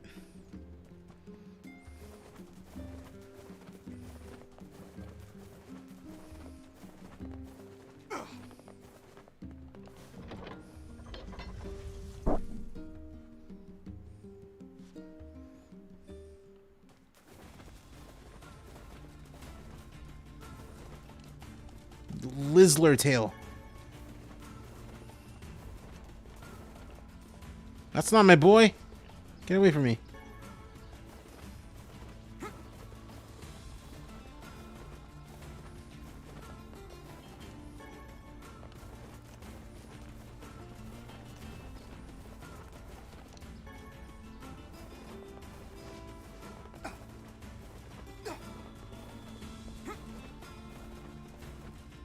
Do a barrel roll.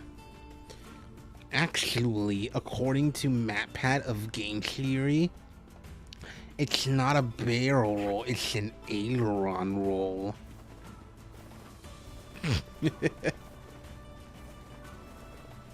Am I able to use these yet? For the love of Mike, please.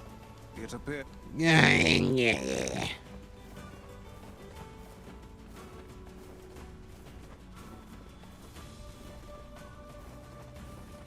Does it not strike you as curious to find wolves in the desert? Should it? They normally live in forests, yes. Deserts would seem to hold little sustenance for them. Well, we can certainly guess what they've been eating.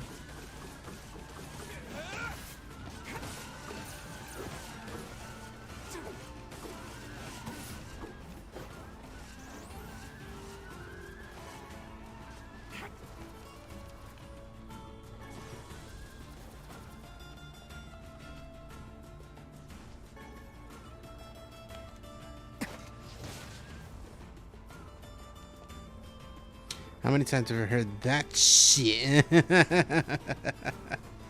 It's funny because that was back in the day when MatPat made, you know, good content. When he was talking about like, oh, like how much training does a boxer need in order to beat Mike Tyson in terms of Punch-Out? Or, you know, the classic, whose boobs in video games are the real boobs?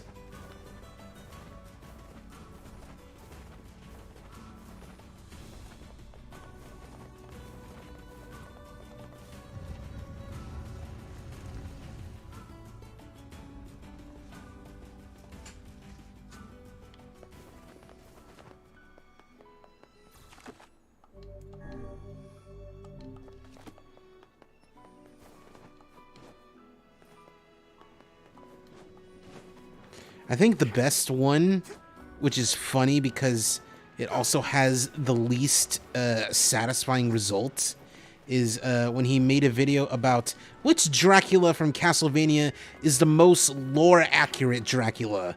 Like if you were to look, listen, read, watch, look at, listen, read, watch, read Bram Stoker's Dracula. Which Dracula in a Castlevania game is the most accurate to the one that's in the books? Yeah, that's me. I didn't save him so much as just find him.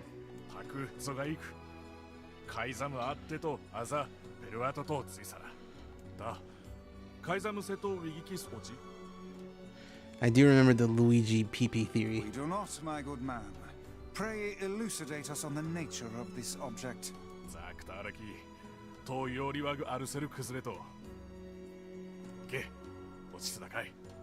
It looks valuable. Are you sure?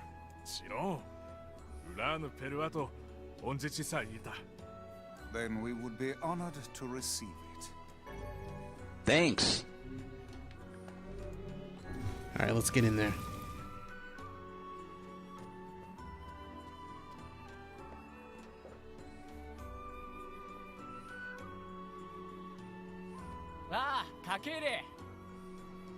We hear your days of bachelorhood are coming to a close, King. Congrats. Forgive my prying, but we are all eager to know the identity of your lucky bride.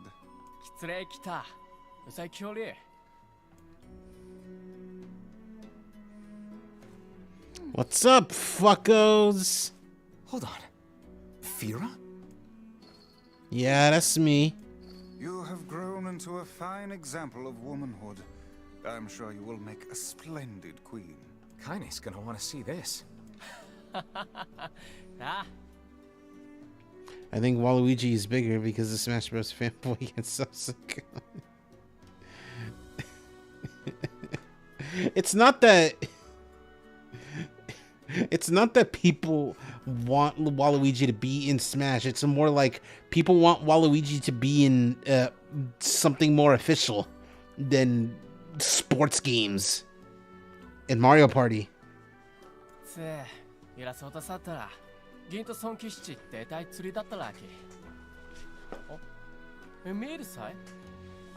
Pleased to make your acquaintance, Your Royalness. Congratulations on your wedding. I'm sorry Kaine's not here, but...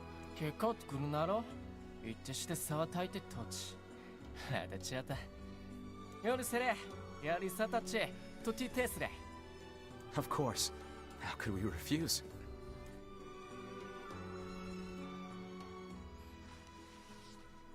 Thinking about this old friend that I had in high school who looks exactly-ish, kind of, like the King of Facade here. To think they even have rules governing the timing and water temperature of a bath. Anyway, he looks exactly like the King of Facade, and thinking about how I didn't run into them, but I saw them when I went to my local Wendy's, and a few things were weird. The way that they were carrying themselves, like the way that they stood and like gestured was different. The fact that they had their really long hair And the fact that they were like carrying like a little tiny purse, not a tiny purse, but like a little purse, not like one of those big girl purses that can fit a dog in there. No, like a little, like just the necessities purse. Made me think, were you an egg this whole time? Which also came into question when I heard them speak. They were speaking with a much lighter tone of voice. And I thought, this person might have actually been an egg the whole time. Because when I think back to high school, and I thought back to the fact that they loved growing out their hair, and they were always consistently in a bad mood when their dad made them cut their hair to like a more masculine length. I think they might have been trans this whole time and they just never knew.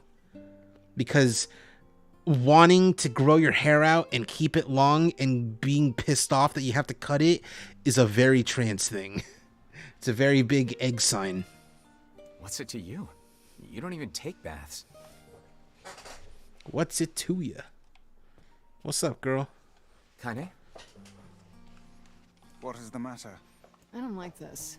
Weddings are festive occasions, you know? Should I even be here? Did they later come out? No, that's the thing. I've literally not talked to them in so many years.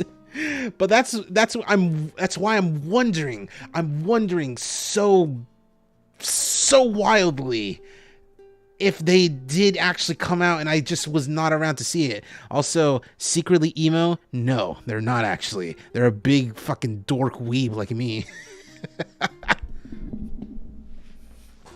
And I should specify, long hair as in like feminine looking long hair, not like long hair like growing over the eyes like, oh, I don't want to look upon God's light. No, not like that. That's so outlandish. I don't want to look upon God's light. No one says that in the real world and means it. We were invited here by the king, remember? Sure, but what about everybody else? This city isn't like our villages. It's all about the rules here. You also missed the fact that I said that this person carried like a little purse with their things in it. And I don't mean like a big girl fits a dog in their purse. I mean like a little, like when you think of a purse, it's that. Not like a fanny pack, an actual purse. That's what made me think. Maybe. Their voice was also quite lighter in like speaking with not the voice that they spoke with before. Since there isn't a specific rule about you, I honestly think they won't give a crap. Yeah, maybe. Will you at least procure a new set of lingerie for the festivities? Some spring colors, perhaps?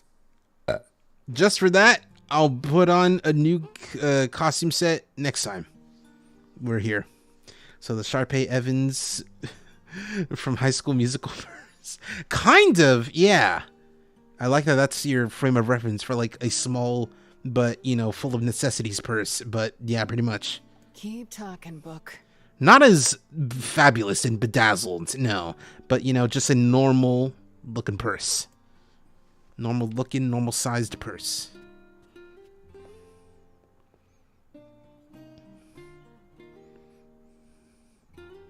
What's up, buddy? Oh. What's up? Just having trouble getting to sleep. Something bothering you? No, the opposite, in fact. I'm just so excited about the wedding that I can't settle down. I bet it's gonna have streamers and dancing and bears on unicycles and everything. I'm sort of jealous. I wish I was Fira. You'll find a nice bride someday, Emil. Huh? Oh, right. Bride. You must be tired indeed if you misunderstood that simple social nicety.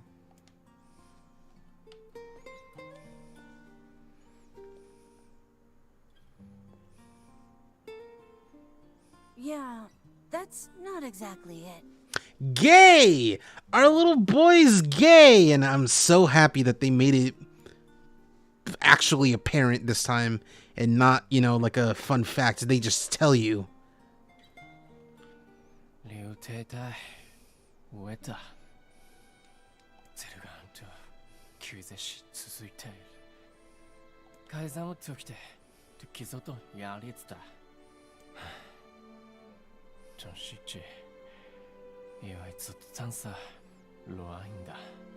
I don't know if his wrist can be limp considering he doesn't have ligaments. He doesn't have muscles.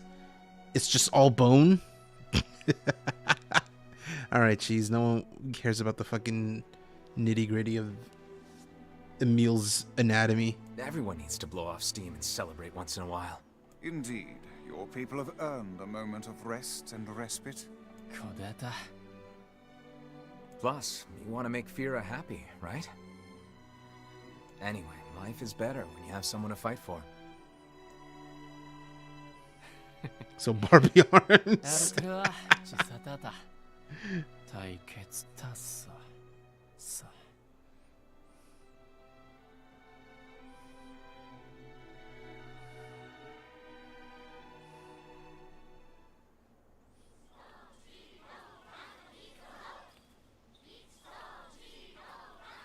Aw, weddings are the best.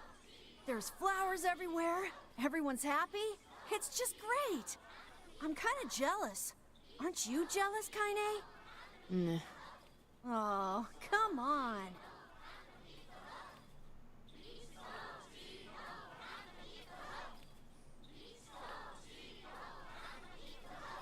Oh, I forget. I have to actually like go over here. アルテルはシース用リンチこってちサイトズセおていきくさてれるたいと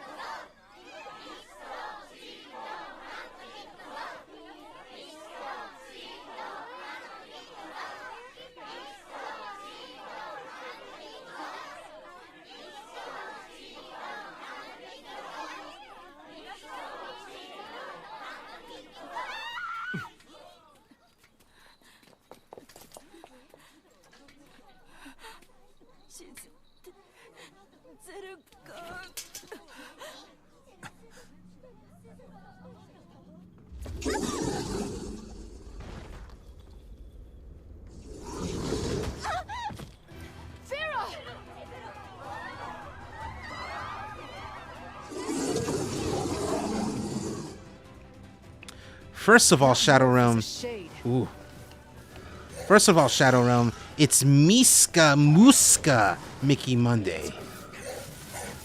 Miska, M-E-E-S-K-A, Muska, M-O-O-S-K-A. Also, it's a Wednesday. The leader seems to have the power to reflect magic.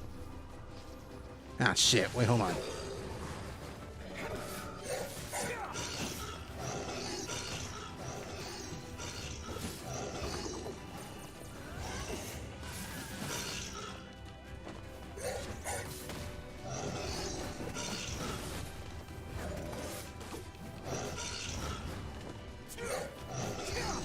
Thanks, Cheez.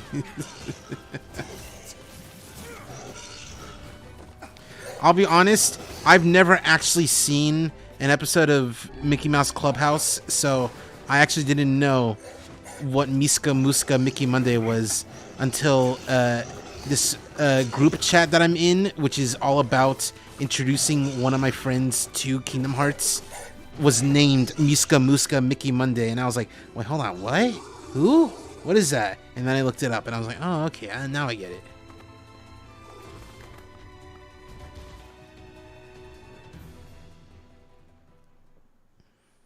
Fia!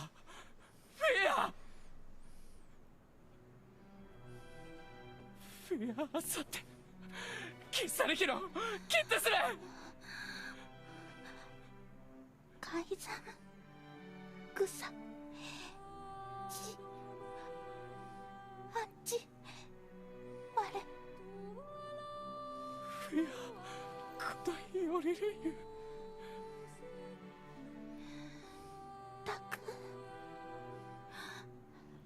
およ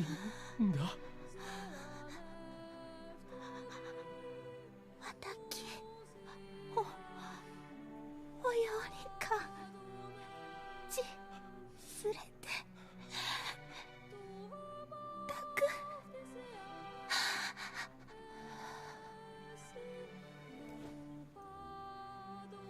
フィア見てフィア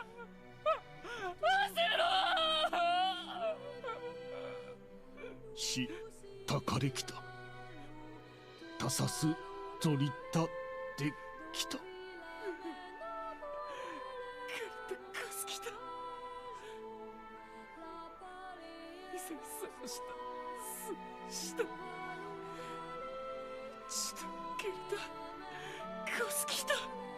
改ざん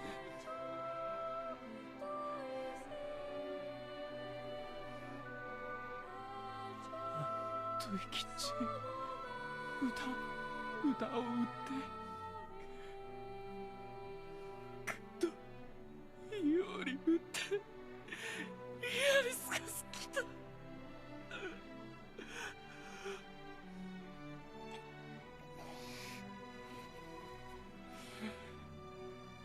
いいかゼルガーゼス I would rethink this course of action, King. Ahead lies a battle you cannot win. カイゼム有利アフェルセねザルツザルツゼルガーザルツンだゾルキアレル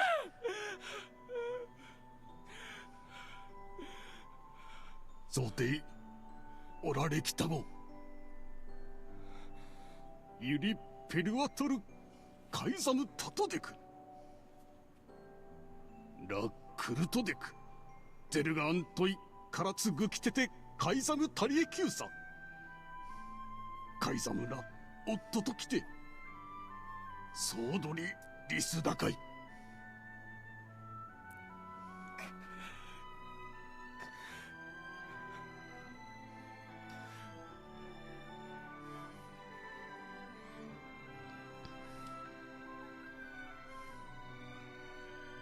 The king's grief is strong. I doubt he will stand down at this point. Yeah, I'm guessing he'll run off to take on the wolves any time now. Will we let him go by himself? Of course not. Hell, I hate the wolves too. Then we must prepare for the fight. It will not be an easy one. I know. Anyway, let's go meet with the king. Okay, also, I should specify. I say learning about Kingdom Hearts. It's more like one friend is playing through the series for the first time, and me and a different friend who are big Kingdom Hearts fans are there to be like, hey, so lore and information and things. This part of the game is cool. This part stinks. Stuff like that. Also, calm down with the crying. How about you get married and then the day of your wedding your wife gets horribly murdered? Because I don't know if you'd be like, also you'd be saying, all right, I gotta calm down, man, it's not that big of a deal, if that was happening to you. Anyway, let's go meet with the King of Facade.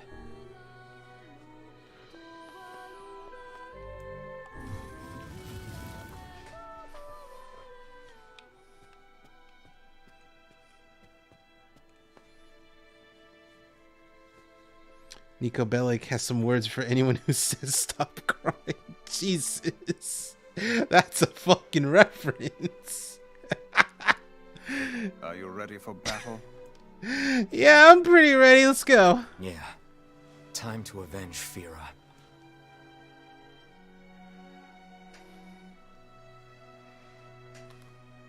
Fia Yariru. Selgan Kizuto. Yajitsu Toreru. 事件あうアルテムアタドスコスライダー Madness. The wolves who attacked were only a fraction of the pack. How will you fight them all? セルしたい Then count us in. でけは中和せ We're not doing it for you, dumbass. Well, excuse me, Cheez. I guess we all not brave enough to lose a waifu. Yeah, losing a waifu's terrible. I would never put someone through that. You ever played Doki Doki Literature Club? It's terrible when that happens. The game is not terrible. I actually love that game. It's for Fira. Kaine, you can't speak to a king like that. If this is indeed the plan, then let us make haste. We can ill afford another tragedy. Fira. Tak. To. Tochiura. Aru Akintu. Thanks.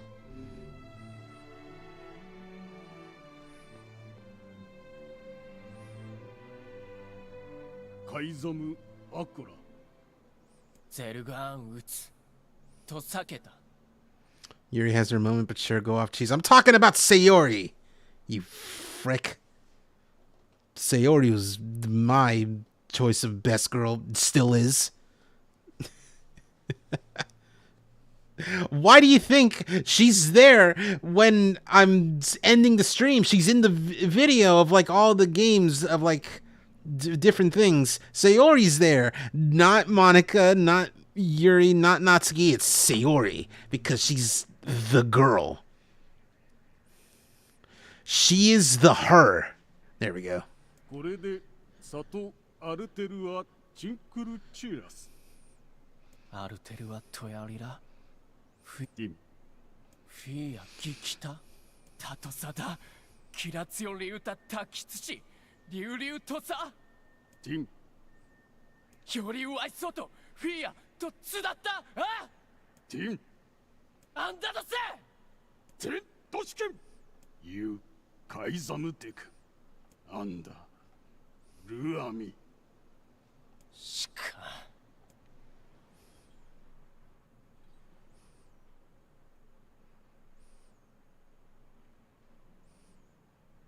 あんだいえフィアロテとやりかきそできたと食いてゲルだエララールエラとカイザムでカイザムとアイタフィアアイザムでフィアチュレセキタとトダゼルガンでアンダゼルガンヤーリツガシチクリト階段ゼスタルペラ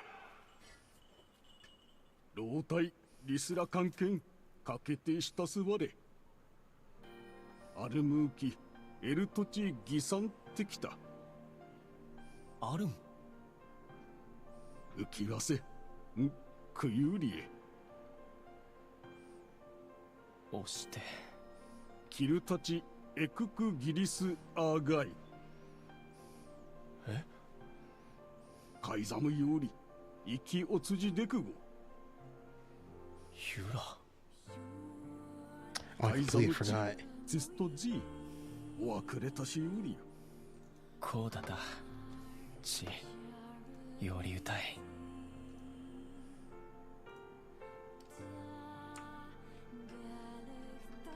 Completely forgot about this. クリゼルガンタチトグだ There we go. I don't know how I completely forgot. Forget it. It's for Fira. Let's move.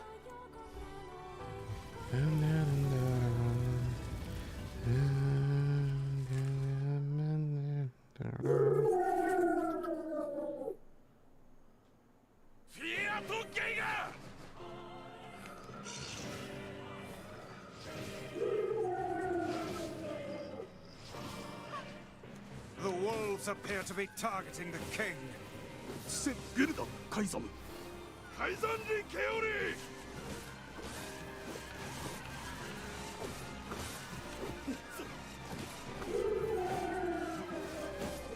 He seeks the king of Facade.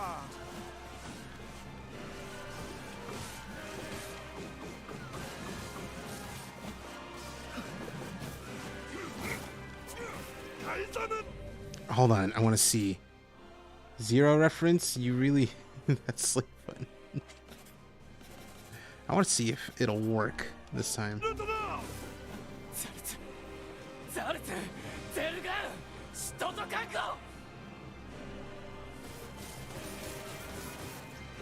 Alright, it does work on multiple, but it also does not that much damage, so who cares? Such dogged, unwavering defiance. Why do these beasts hold so much rage? We'll never know. The smaller wolves are not infected with shades. But as for the leader... If even one shade is here, then I have to kill all of them. Splendid. Now just keep pushing.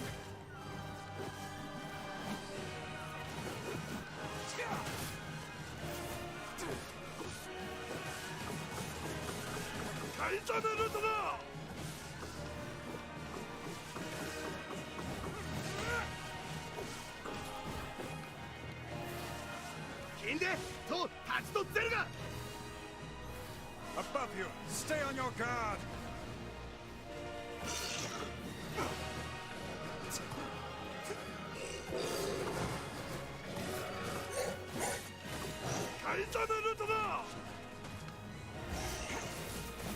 The king is in danger. I'll guard the king. That's what Firo would want. Indeed. You must worry about protecting more than yourself in this battle. Whoa. What was that noise?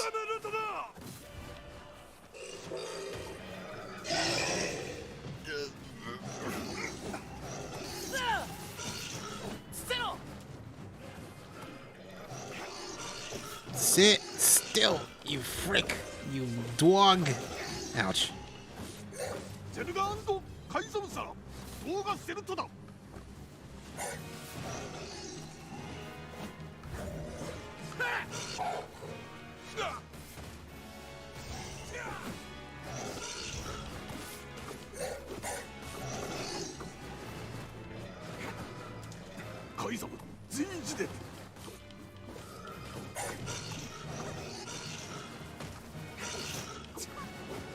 God, this dude jumps around. Oh, fuck. All around.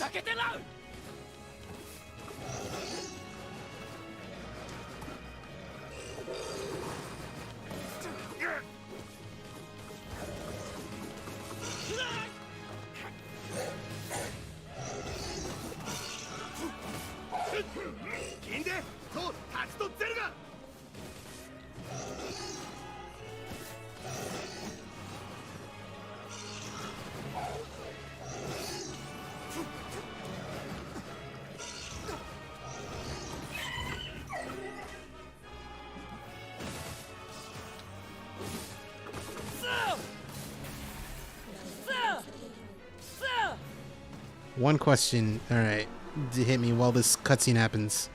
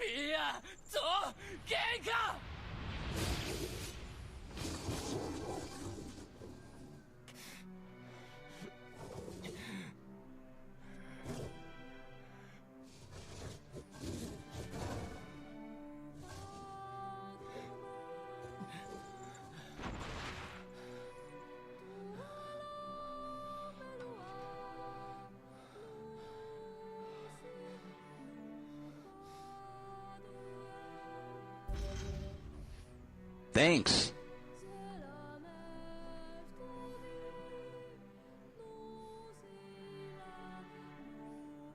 好きてそちたかれ添えたくそとくら探すと意識終電ライアリステチ I believe that young Fira was perfectly content with the life she had. Of course. Does this not sound like what she would say to you? She was terribly proud of her king, And now you must do all you can to honor her memory. ダタ、ドリス、恐竜。クタイトゥ、リッチライル。カイザム、チッタダ、ケテタイソとチ立ってるんだ。Is that another infernal rule? ラーのペルはトンリー。アルテルは血を割る。あんた年々。アルテルはヤリル。ロ、フィア。The poor king. This is all the Shade's fault. All right, let's get out of here. Anyway, to answer your question, all right, fucking, we'll head for the Forest of Myth. Popola said we might be able to find something in the Forest of Myth. You will forgive me if I seem less than enthusiastic about such a trip. Yeah. Anyway, to answer your question, I have not played Overwatch 2. Oh my god, why? Anyway, I don't care for Overwatch 2. I do care for character designs because I don't have to play the game. But to answer your question for real, I like that Genji's wearing clothes. That's neat. I've always liked Mei, like even in the original game. And Mei's design, despite not being that much different, is still good. But if you want, like, hey, do you like this new character? Junker Queen is extremely good for obvious reasons. And that's kind of it. I do not care for Sojourn, not because of any bad reasons. No, it's just because the prosthetic leg, the prosthetic lower half that she's got is very off-putting a little bit. Like, I feel like it should be wearing, it should have pants on that prosthetic lower half. Even though they're not the same skin tone as her skin tone. I feel like she needs pants. Also, something feels like it's pandering towards people with disabilities, physical disabilities. The original game didn't feel this pandering. The only reason why Overwatch 2 feels pandering in that regard is because of the fucking character, I don't remember, the fucking character development minority or whatever. It's minority. It's fucking it's the minority character development fucking chart, table, pie graph, whatever it is. Calculator, I guess. Because it's like a thing that you use to like be like, okay, what kind of character is this? Are they white? Are they gay? Are they disabled? Are they not human? It's very, very gross and stupid.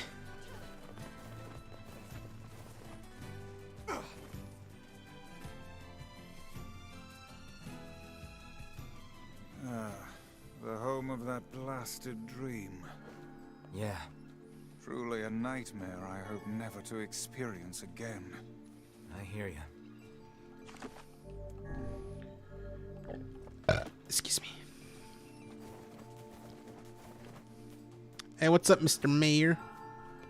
Oh, hello. How are things? Well, I have been feeling a rather strange presence whenever I visit the Divine Tree. The Divine Tree? It's a legendary tree that exists in the heart of our village. Did you investigate the cause of this presence? Not really, no. And why not? Well, we're not really supposed to go near the tree, except for prayer. And why is that? I don't know. It's just how things have always been. Weird. So let's do that.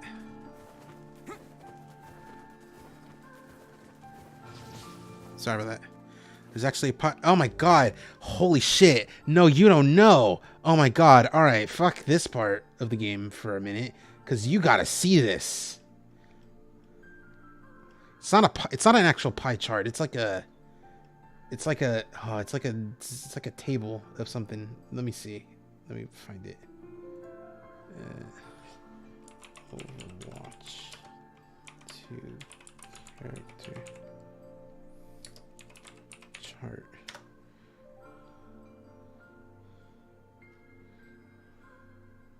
Hold on, no. There's like a name for it.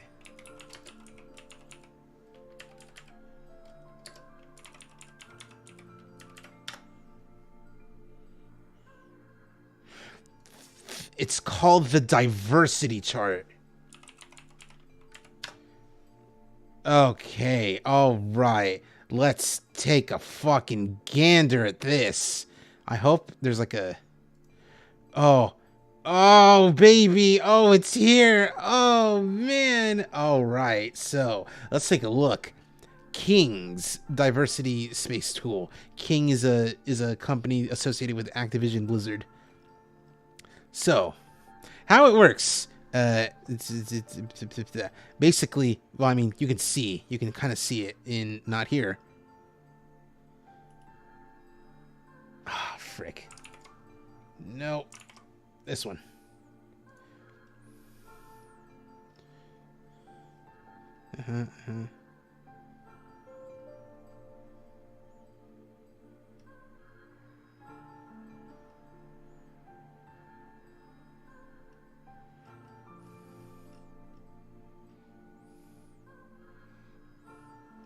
I would like to see this.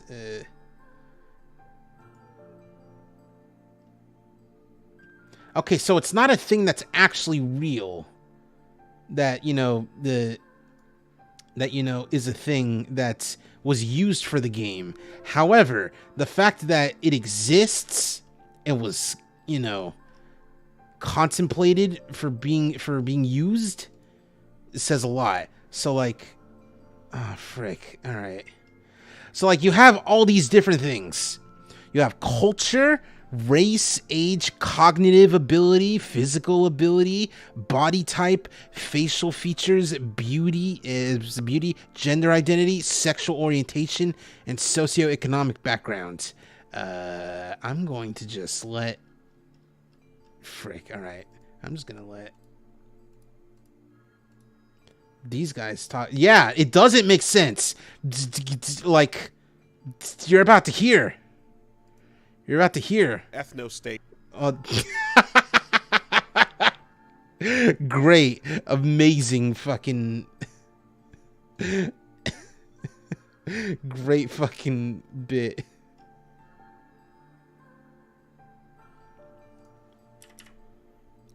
We're not watching this whole thing. Admiring my morphophysiology. Hey, Wooly, you having a good afternoon? Be calm, ham sandwich. You are not in danger. All right. Promoted to Chief Executive Officer of Representation and Inclusion. All will be well. All will be fine. Your haplogroup A4B diverges from the hard drive. King. Don't forget King. And King, as well as hard drive. The cranial max. There, like, I had a moment. There's two moments. One is right before we start the podcast when we're coming in on the intro. Wooly tells me that we're coming in on the intro, and usually it's like, intro's running. Okay, we'll be live. You know, it's very normal. But today, there was just the smidgen of intros go, just the barely contained this week on this podcast. I brought up some bullshit about Activision Blizzard, and you like rolled your eyes, and you're like, all right, this is stupid. It's not that stupid. It's that it's taking too long. I think this is the good one. On the Blizzard train. Oh, goody. No real consistency here, because you have like Sweden and Australia. Australia is an S rank for weirdo nationality. Okay?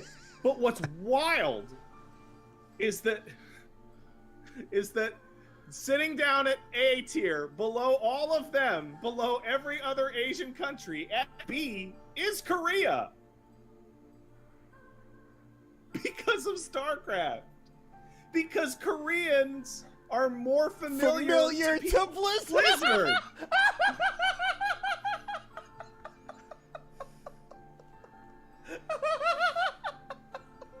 Oh, yeah, you know. We knew a bunch of you guys. That ain't special. Down at B, you have Mexico, Brazil, which is apparently only according to later patches, and Egypt. There's a note here that doesn't have explanation. Egypt was changed throughout Greatly patches. increased in later patches. Initially Don't know what that lower means. value. Yeah, okay. All right, and then at F that for mean- nationality is American. It must have been British. below B, right? Yeah. American, British, Winston again, and Numbanian, which is the fictional Omnic city, which is wild because being from the fictional Omnic city / country in nationality hits a 0, but in ethnicity tops out the scale. But it's the African city, right? It's yeah. Okay, fictional. Anyway, we're not going to want all that. To answer your question, that chart was not actually used, but it was considered only for the second game. It has nothing to do with Soldier 76 and Tracer. The reason why they came out as gay is not for any good reason. It's usually for other situations like this. It's usually because Blizzard or Activision or both got caught doing something bad, and they're like, hey, look over there. Look, it's a gay person. A gay person, you know. Check it out. They're gay now, finally. And that's why they came out. First it was Tracer, then it was Soldier 76. Soldier 76 coming out was immediately after the fucking Hearthstone shit with the Chinese player who was saying, hey man, Hong Kong's got some shit going on, fucking I want to support them, and then got fucking super banned and was told, hey, you have to give up your winnings. Yeah, no, that shit was bad. Anyway, enough of this. It's so 76 was gay, not gay for pay because he's not real.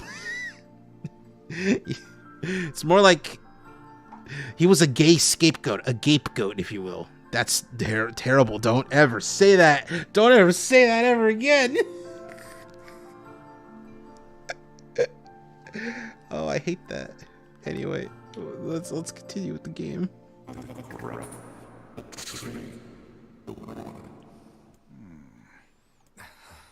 Why do we seem to encounter nothing but odd people lately? After this segment, which is going to be here for a bit, I'm going to go pee. You should talk, Vice. As if Grimoire Vice is capable of spouting such nonsense. Hang on. I don't think it's done. Does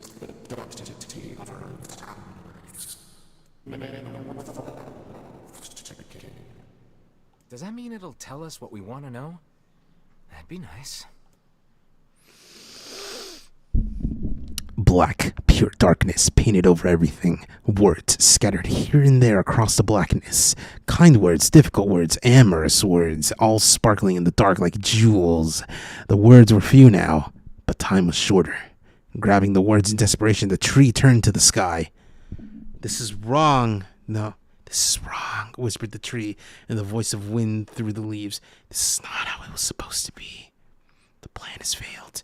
Once long ago, the tree had remembered everything about the world. This was its task, its function, its purpose. It shivered with something approaching joy as it collected the memories of mankind. This was no accident. Emotions were as much a part of the tree as root and bark. Memories collected like dew on the thick green leaves of the tree. And once they had formed a web that spanned the entire world, words collapsed into sunlight before passing through the leaves into the pool of memory. From the pool, the words joined together to form colonies. The colonies united into whirlpools of light, and the light coalesced into stars. Each star was like a child of the tree, and it loved them all. Look at my memory. A child is here, brought low by disease. He is far too young to have suffered so. Thin beyond words, the boy's skin is a shade paler than the bleached sheet upon which he lies. His parents no longer visit him, for they cannot bear to watch him suffer. The doctors have long since surrendered his fate to the gods. The boy, too, has abandoned hope. Strange emotions, weariness, hatred swell within the dark recesses of his young heart. He tries to reject the black terror that germinates in his body, but no amount of effort or tears can drive the invader away. He has long ceased to resent his parents and doctors. Once he did, but now his pain is so great that there is little room in his heart to think of others. Only one person brings the boy comfort, a healthy young girl with tan skin and deep blue eyes. She is a beacon of brightness in light in the boy's young world. Her very presence is a comfort to him, but he is unable to look upon her face. Whenever they meet, the boy is filled with loathing for his own state. Soon this loathing eats away at what joy he receives from the girl's visits. The girl will stop coming. He knows this. His every waking moment is spent in fear of this day. He thinks that if he could talk to her, if he could tell her of his feelings, this might not be so. But this conversation never happens. The girl disappears. The boy dies alone. The tree scoops up this memory and carefully stores it within itself. Etched upon it is a single word: envy. Look at my memory. There is a female warrior. Her greatest enemy is a beast with red eyes that she cannot fully comprehend. When she strikes it with her sword, it turns it into a pillar of salt and dies. But when the white smoke clears, a new enemy rises, and another, and another. The warrior knows that her struggle is folly, but fighting the unending stream of enemies fills her with a sense of joy and purpose. Somewhere deep in the warrior's drug-addled mind lies a vague memory of a daughter. Perhaps this child only exists in her head, the dying remnant of a powerful dream. She does not know. Her friends and fellow warriors come and go. Some flee in terror, some are eaten. She began the fight with 33 companions, but most are gone now. The warrior's body shudders. She does not understand why at first. By the time she hears the fierce, slow sound, the arena is already enclosed in darkness. Looking up, the warrior sees a beast so large that it blots out the sky. She's laughing. She has been doing so for as long as she can remember. Covered in blood and dirt, the warrior laughs. She laughs and laughs until the town that contains her daughter collapses into a pile of dust. The memory has been stored for a long time. It is etched with a single word: loss. Look at my memory. A red dragon falls from the heavens. Ah, that memory has been lost. A shame. It was a favorite of mine. It's a favorite of mine too. After many centuries of existence, the tree saw that its carefully labeled memories were beginning to dwindle. Once seemingly infinite, the memories now seemed ready to disappear forever. The tree did not feel sadness at this. Grief was an emotion beyond its comprehension. It did, however, have the distinct feeling that something was missing. The mountains of memories that it had so carefully assembled had disappeared. The tree stretched its branches as far as it could, but new memories refused to flow. The pool of memories was a black, empty pit, a hollow place where life had once flourished. The tree had lost its purpose. There was nothing to be done but sift through the remaining memories, littering the ground under its branches. This is why the tree was pleased when the young man and his companion entered the room. Well, this place is gloomy as hell. The room Nier had entered was almost completely empty. All he could see were a few crystals scattered haphazardly on the ground. Picking up one of the crystals and peering into it, Nier suddenly saw a familiar sight. It was the Forest of Myth, its villagers prisoners in their own dreams. I apologize, the tree thought. That is all that remains.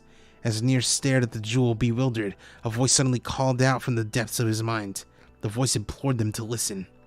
It was an order. Following it was mandatory. Abruptly, the pair realized that they must listen. They must listen. Look there! A small shadowy presence appeared from beneath the floor. It appeared to be a shade. The shade grasped several jewels. in its hands. More jewels tumbled out of its mouth like shards of broken teeth, sights and sounds tinkling from each one before vanishing forever. The creature was abusing the memories, treating the precious objects like a collection of cheap playroom toys. This shade appears to be consuming the memories. These things eat memories? The tree extended a branch toward Nier. Without a second thought, Nier brought the blade down on the shade, tearing its stomach wide. Jewels burst from the shade and poured across the chamber floor. Look, thought the tree, there is the conviction memory I had lost, and satisfaction, and many others as well. Yes, this is good. The tree opened its mouth and attempted to speak, but no sound emerged.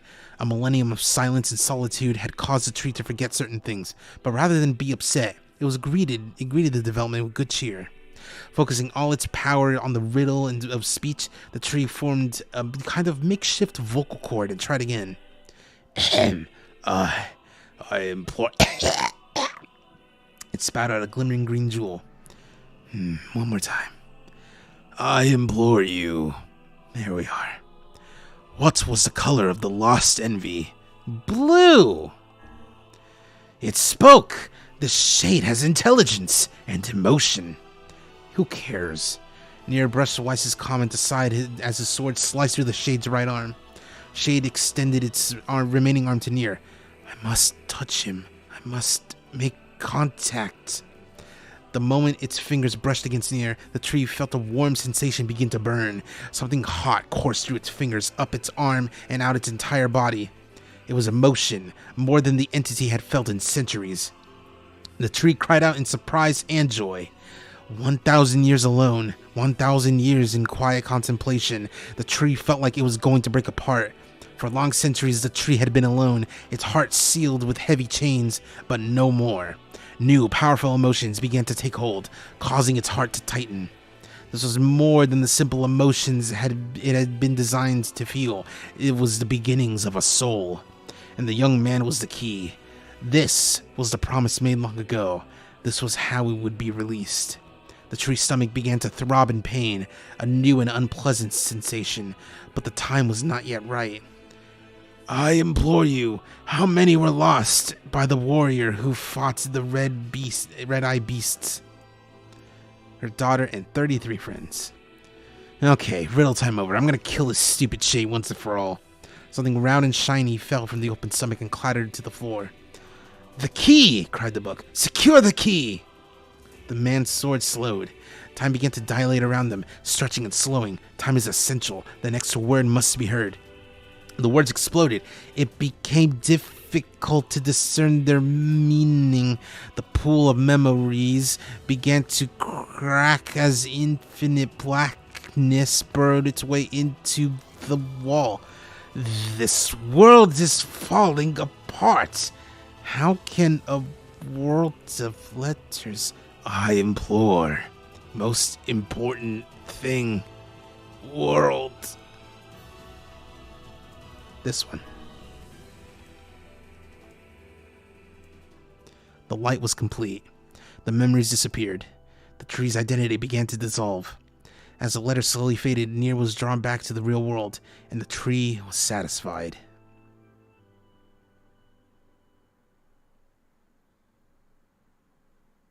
And we're done. Cool. What in the... I never realized shades were capable of rational thought. I don't care if they can tap dance and play the fiddle. I just want to kill them without all this hassle. With the tree defeated, we no longer have to worry about being buried in its world of letters. Unless, of course, time itself begins to rewind. Thanks. Alright, I'm gonna go pee real quick.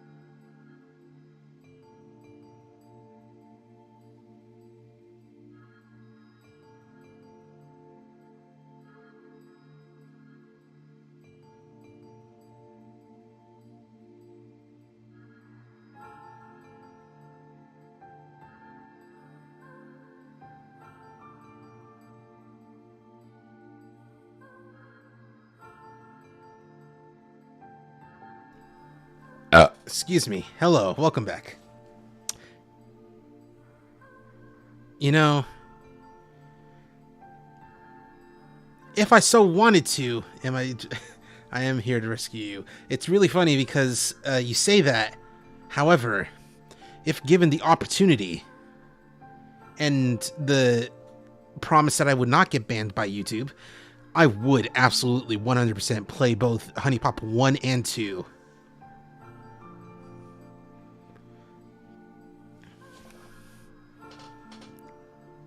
Like, you don't get it. I love those games so much. Anyway.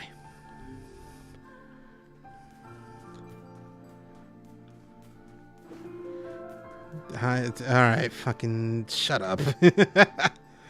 Alright, let's go. Okay, let's go see the letter. Let's see if the Junk Heap kid sent us a letter. We're almost done. Not with the stream, actually. Although, I think by the time we're done, it will be the time to end the stream. We're almost done with the whole point of the stream, which is to get all the key fragments. It blazes through very quickly. However, it's a lot of big emotional beats. Look at that guy fighting all those shades. You go, buddy. You get him, guy. There, I got one for you. You better be happy.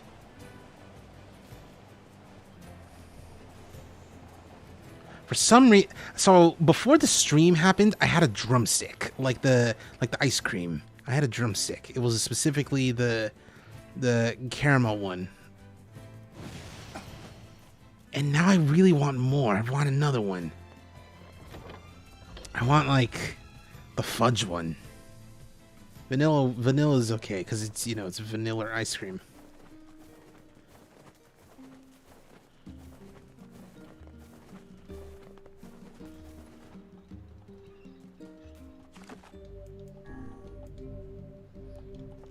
Also, apparently, my great aunt does not have power, which is kind of scary because of the storm that's happening. You have a letter, it would seem. Dear Nier, this is to inform you that the upgrade work on your weapon has been completed. The weapon is my great aunt in California. Yes, because I'm in California. That's the reason why I bring that up. Most of my immediate family's in California.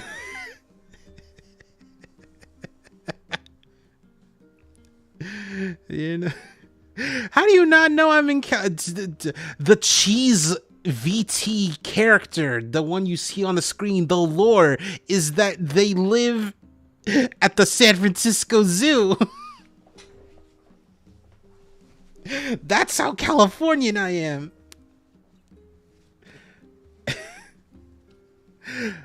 Oh, my family's doing. We're pretty spread out. Well, that's the lore. Yeah, that's why I'm in the character is in the San Francisco Zoo, because I'm not in San Francisco, but you know I can go there anytime I want.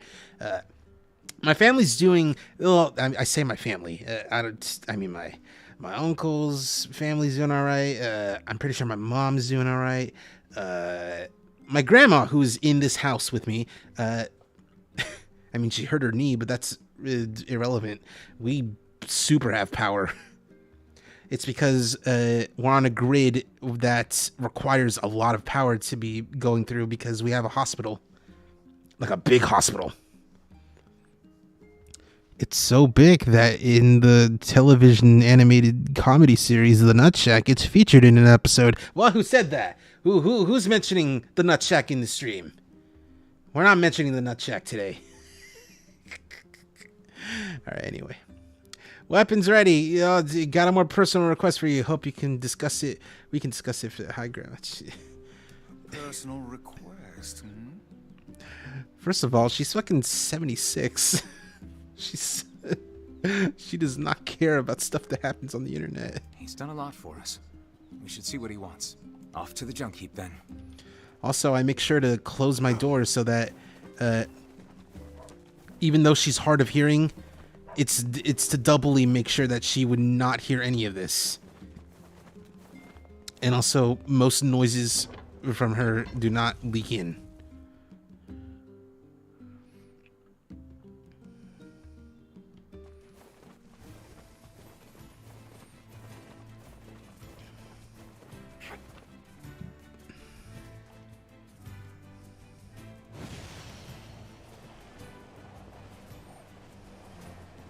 You think your grandma would have a problem with it?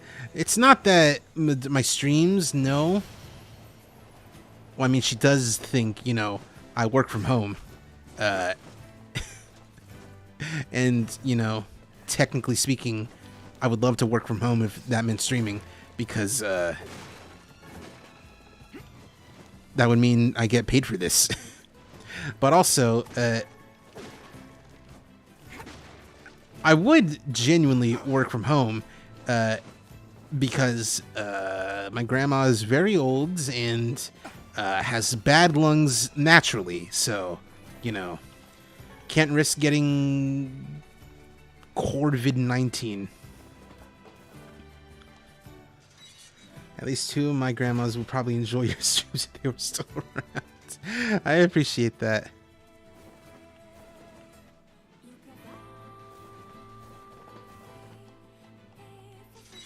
See, the thing is, Shadow Realm, is that she wouldn't dislike the things that you say in the chat. She just wouldn't get it. She still doesn't totally understand how to use a computer, so it's fine. Hey there. Your weapon is ready to go. I like how you didn't question my phrasing when most people only have 2 grandmas. What? What's the problem? You know me. You know me. You called the thing Miss Rona. That's, you know, that's something. That's one thing. I like COVID-19 because it's like, oh, I have 19 crows in my body right now. Great. Thanks. Thanks. You know, with a weapon like that. Uh-huh. You were going to say? I need to ask you for a favor. Yeah? Oh, yeah? I want you to avenge my brother. That is a rather ponderous favor. It's my mission. It's the whole reason I've been creating these weapons for the past 4 years. I don't care about money. I only care about making a weapon strong enough to kill those bastards. Which bastards? The ones in the mountain. That little Shade and his robot. A Shade has joined forces with a robot? I love that you can immediately tell that's Yuri Lowenthal, when in fact he's been in this game a few times. He was the fucking mailman that was smacking the giant tentacle monster. There's a Shade in there? Yes. And what have we decided? We're gonna kill it. Alright, let's go. Let's go kill it.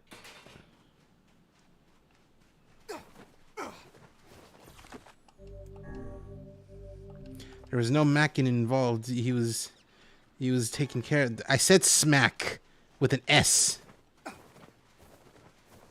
Because he was smacking the tentacle girl, the tentacle monster. You missed the S. You know what they say. You miss every hot you do. No, I was gonna try and say that without the S, but whatever. I'll try it again. You miss every hot you don't take.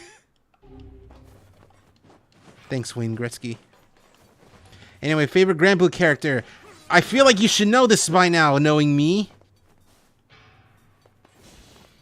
It's obviously going to be Ladiva, whatever. I do like her.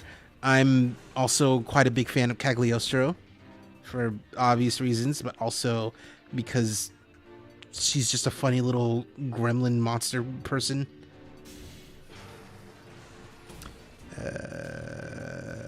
Narmaya for 2 very big obvious reasons.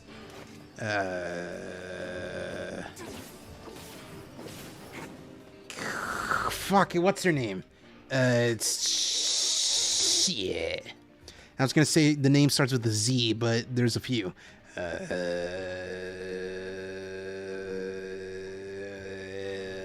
Zeta. I like Zeta too. Mostly because she's voiced by a voice actress that I really like and should be in more things, even though she's in quite a lot already. Get out of here.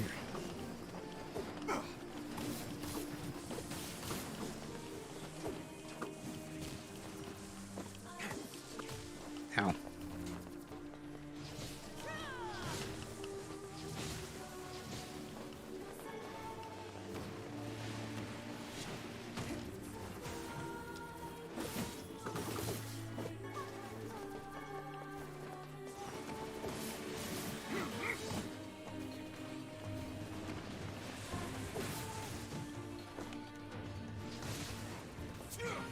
Well, I love ladies with their personalities and don't know what reasons you're talking about.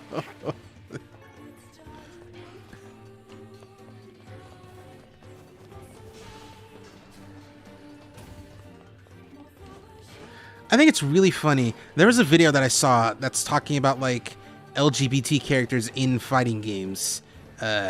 Not to be confused with the LGBT VG podcast that me and my friends host every so often, including an episode that is going to be coming in the near future.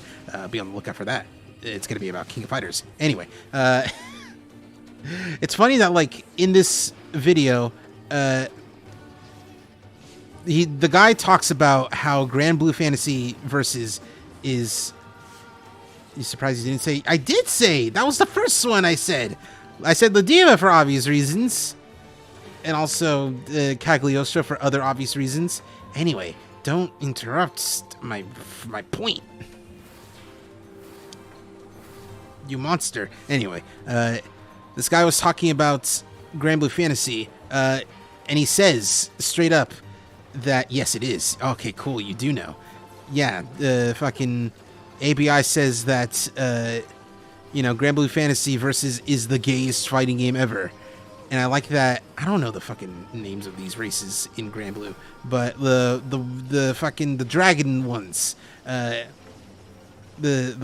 ones with the horns, that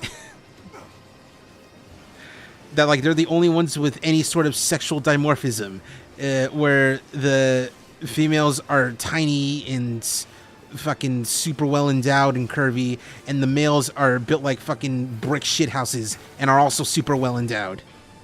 I sub to him for clickbait.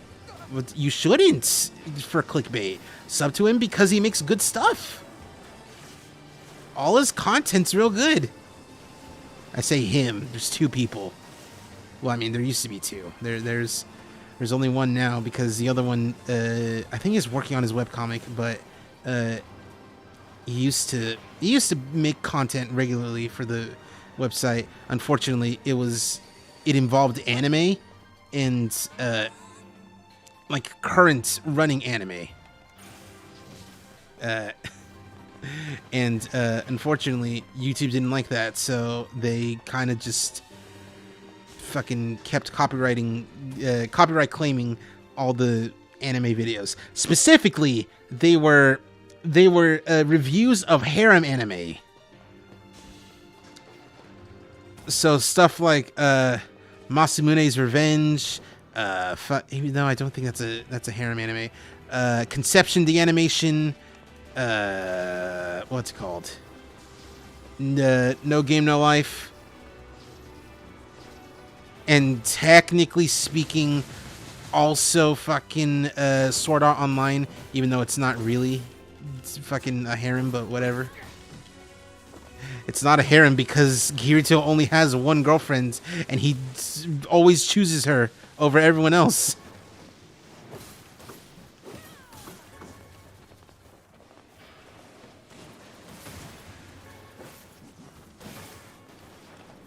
I want to see, if I look it up on YouTube, how many are there. I know it's Conception is one of them.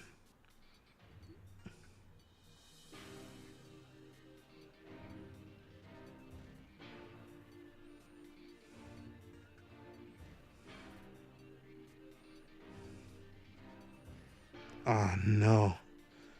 Oh no, please don't tell me. Oh, don't tell me that one's gone too.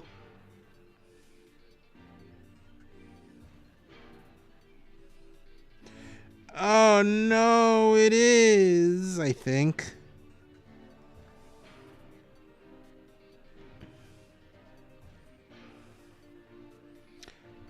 Oh no, it is. Oh no. What if I look up?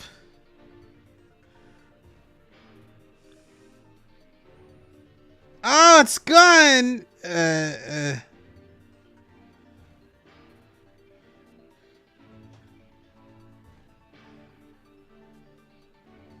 Hold on. What's the other one? Fuck, what was it?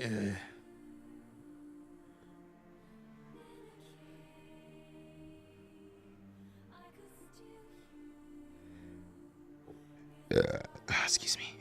Oh no. Oh, it's all gone. Even the ones that were okay, they're gone forever. YouTube got their isekai thought repellent spray. Yeah, I guess so.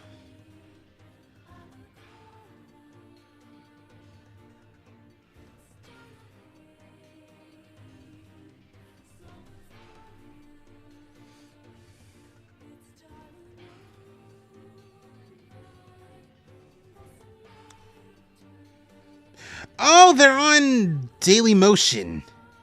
All right, cool. They're not gone forever.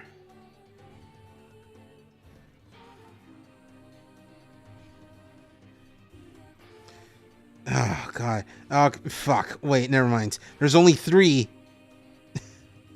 There's only 3.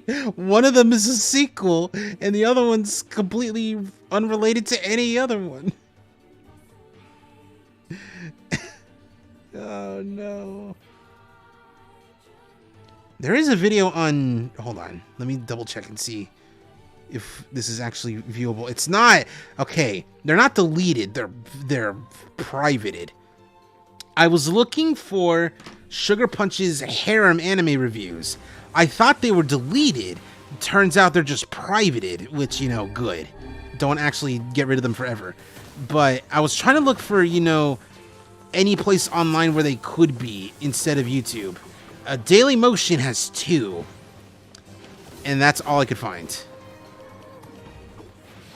It was specifically Rosario Vampire 2 or Capu 2. I don't know how you were supposed to say that. And something called Defrag. I don't know what Defrag is either.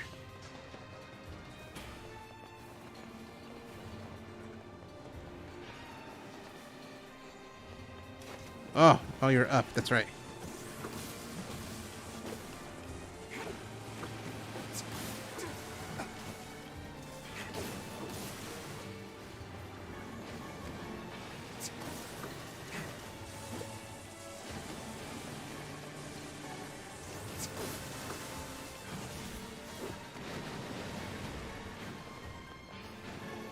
Jesus. All these things. All these things. All these ghosts. All these ghosts. And I still can't find a boo. Oh, that's a classic.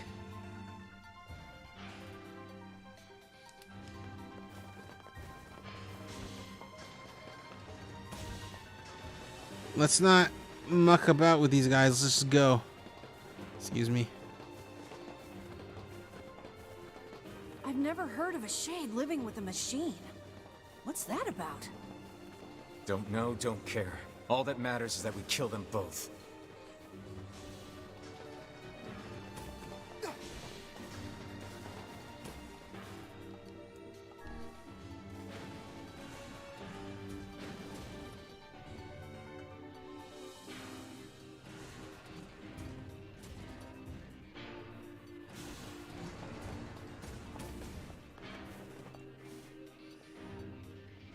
Yeah, I know we gotta go down the Seems hole. we have found the entrance to our robot friend's hideout. Right. Let's head down. Are you mad? We've no idea what lies below. Beats going the long way around. Come on.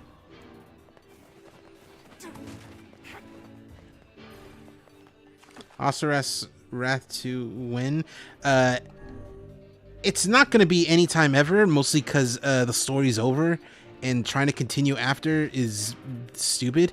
But Asura is a mod for Marvel vs. Capcom 3.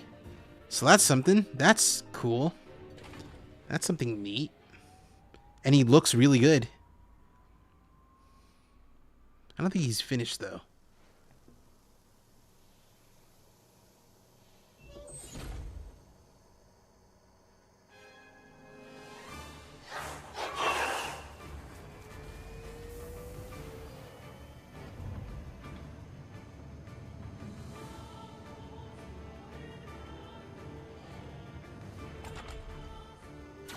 Intruder detected. Scanning. Scanning. Exterminating.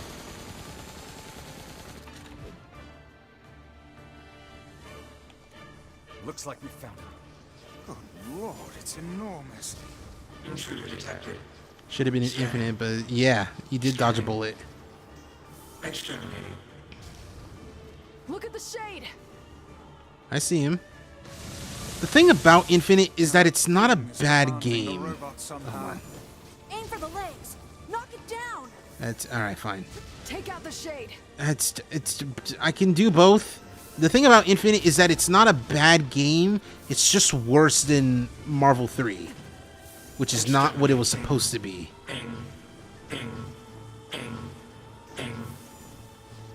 Must defend my mission. No, damn it. That's a shade. It's a shade!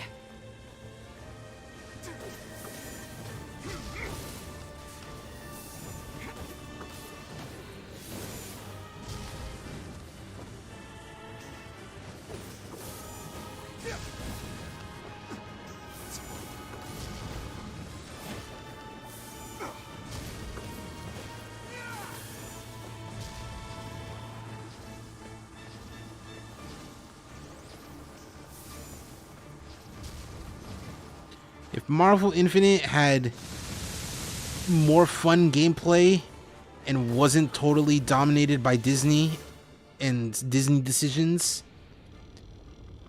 it would have been actually really good game. I think no, they fixed Chun-Li's face. It's all right.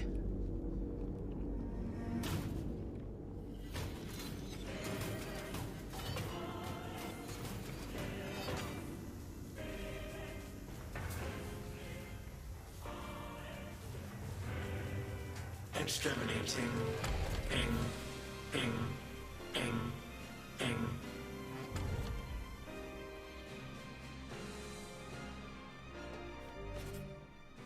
This thing can transform?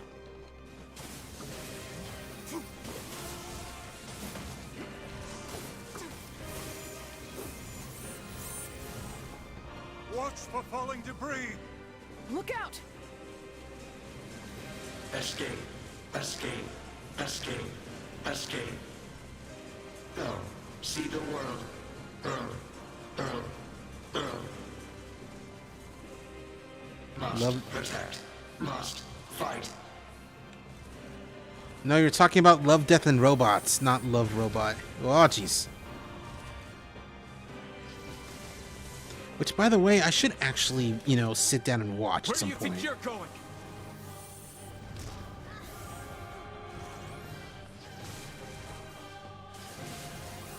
That 2B scene. That's Nier Automata, but okay. No mere robot can face the majesty of Grimoire Vice. I can't concentrate with all this bullshit fancy talk.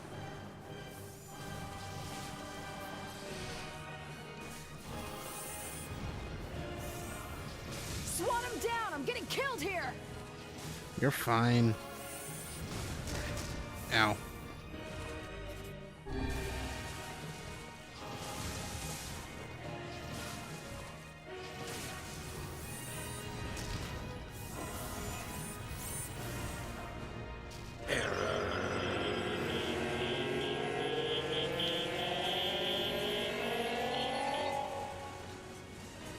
Sakura Wars when? Do you mean like as a stream? Because if someone were to purchase that new Sakura Wars, if it's on PC, if someone were to purchase that one for me, then I would happily stream that.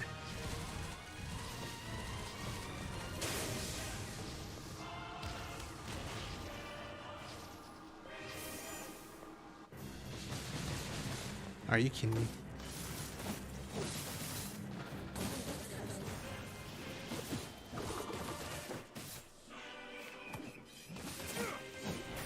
Die.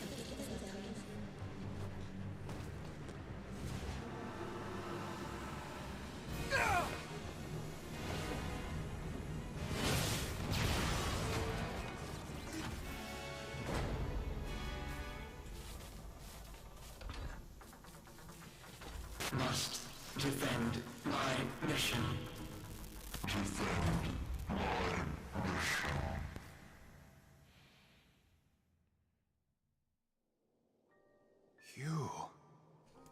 You stupid machine! You killed my family! You took everything from me!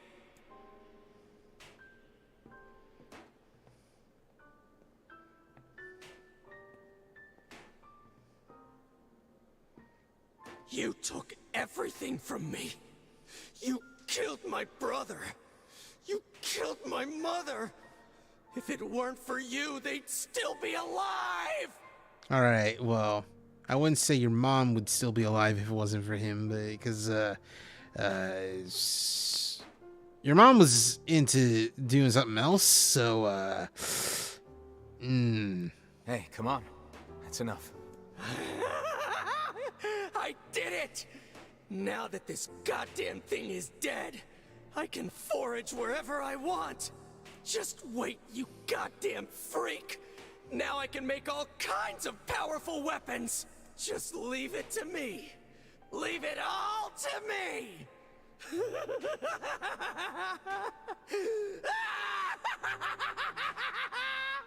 Look, we get it, okay? Really? nah, he's gonna be at this for a while.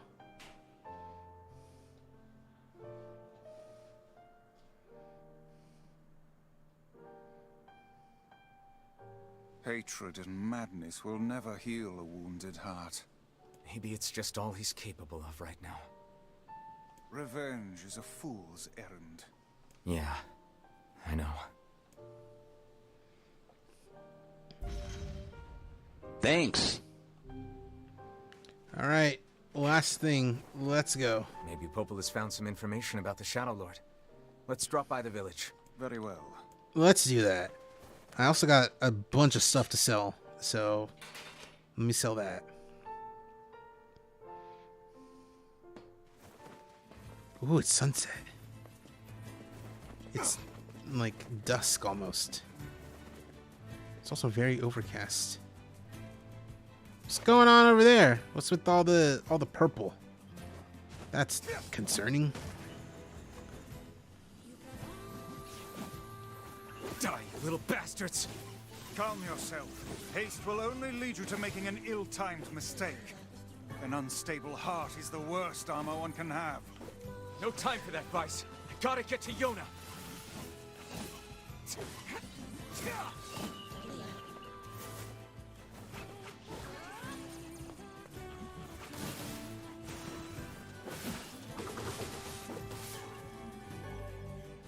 Armored enemies.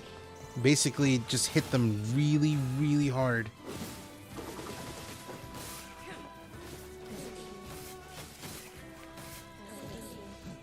I gotta keep remembering to do the finishing move.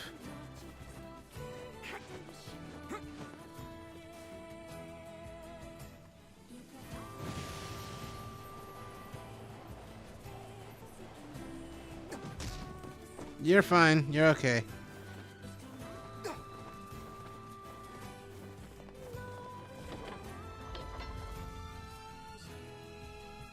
Vegeta or Sesshomaru? Vegeta, obviously.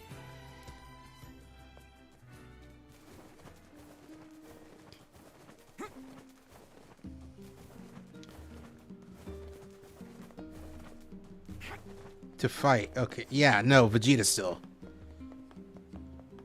Because what does Sesshomaru have in terms of, like, attacking from a distance? It's fucking shit, I tell you. He's got shit. Welcome. Welcome. Where's my stuff? Yeah! Oh god, it's not even that much. I'll sell 47 of these. You know what's funny? What is funny?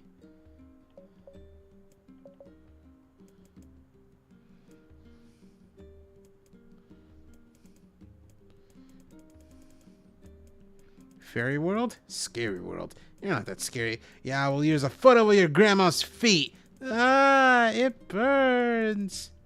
Fairy worlds? Dairy. No, the hairy world. Dairy world? Hairy world. Oh, darn it. I don't know why. It's just thought of that. Just thought of that scene.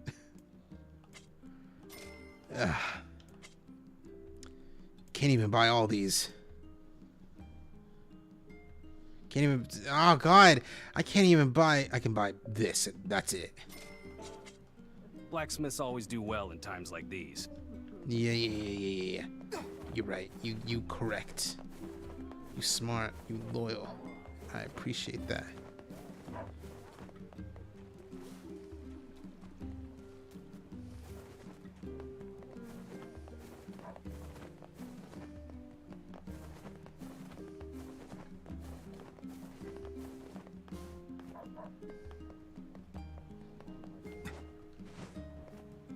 Hey, what's up, buddy? Oh there, getting on?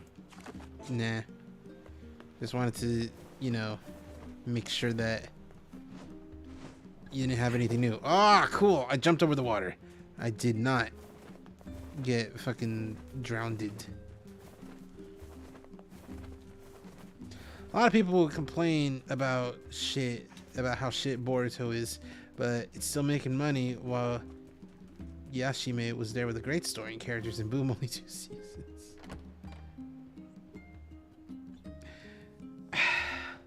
Yeah, I did not hear anyone talk about fucking Inuyasha 2.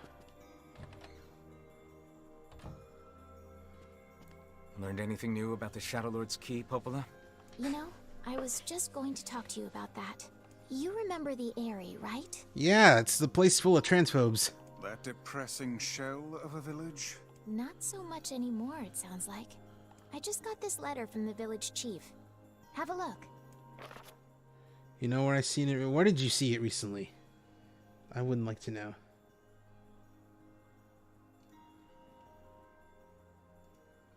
While you're doing that, I'm gonna be loading something up in the background to play at an opportune time.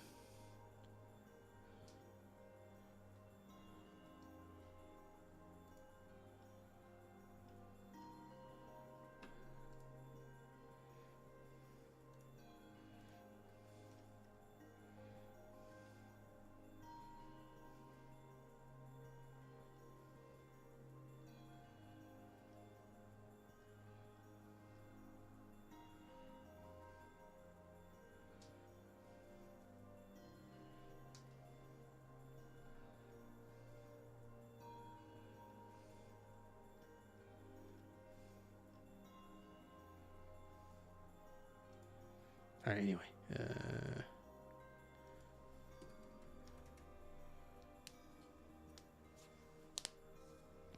It's,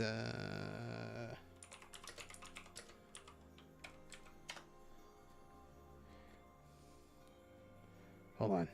No. No, stop. It was on Pluto TV. It's fucking dead.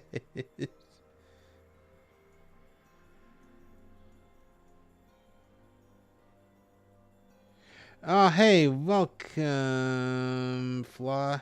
How you doing? I'm just setting up a really funny gag for a part that's coming up soon. Anyway. Okay. From the office of the Chief of the Eyrie to Popola, my greetings to you and your village. I hope everything is going well. You can, after this part, after I read this. Our village has shut itself off from the world for far too many years, and we have therefore decided it is time to change our ways. As part of this endeavor, we have resolved to establish a shop within the village. It is now open for business, and I look forward to seeing a great many customers to visit from all over the world. With regards to the sacrifice keyword you wrote about, one of our villagers claimed to know the meaning behind the term. You are more than welcome to speak with him on the matter as part of your visit to the area. I hope to hear from you again soon. Anyway, I will hit the call button right now-ish.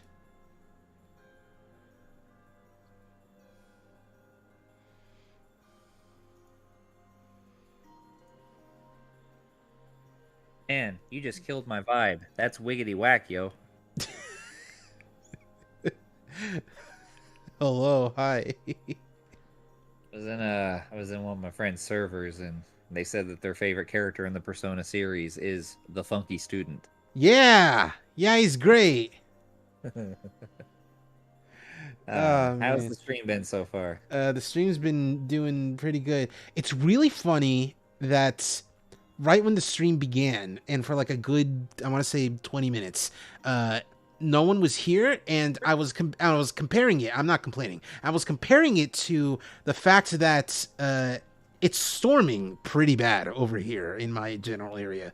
Oh shit! And it'll be fine though. And I was comparing the fact that no one was here watching the stream for the first 20 minutes to like people not going to a local high school football game or basketball game because it's storming really bad. Oh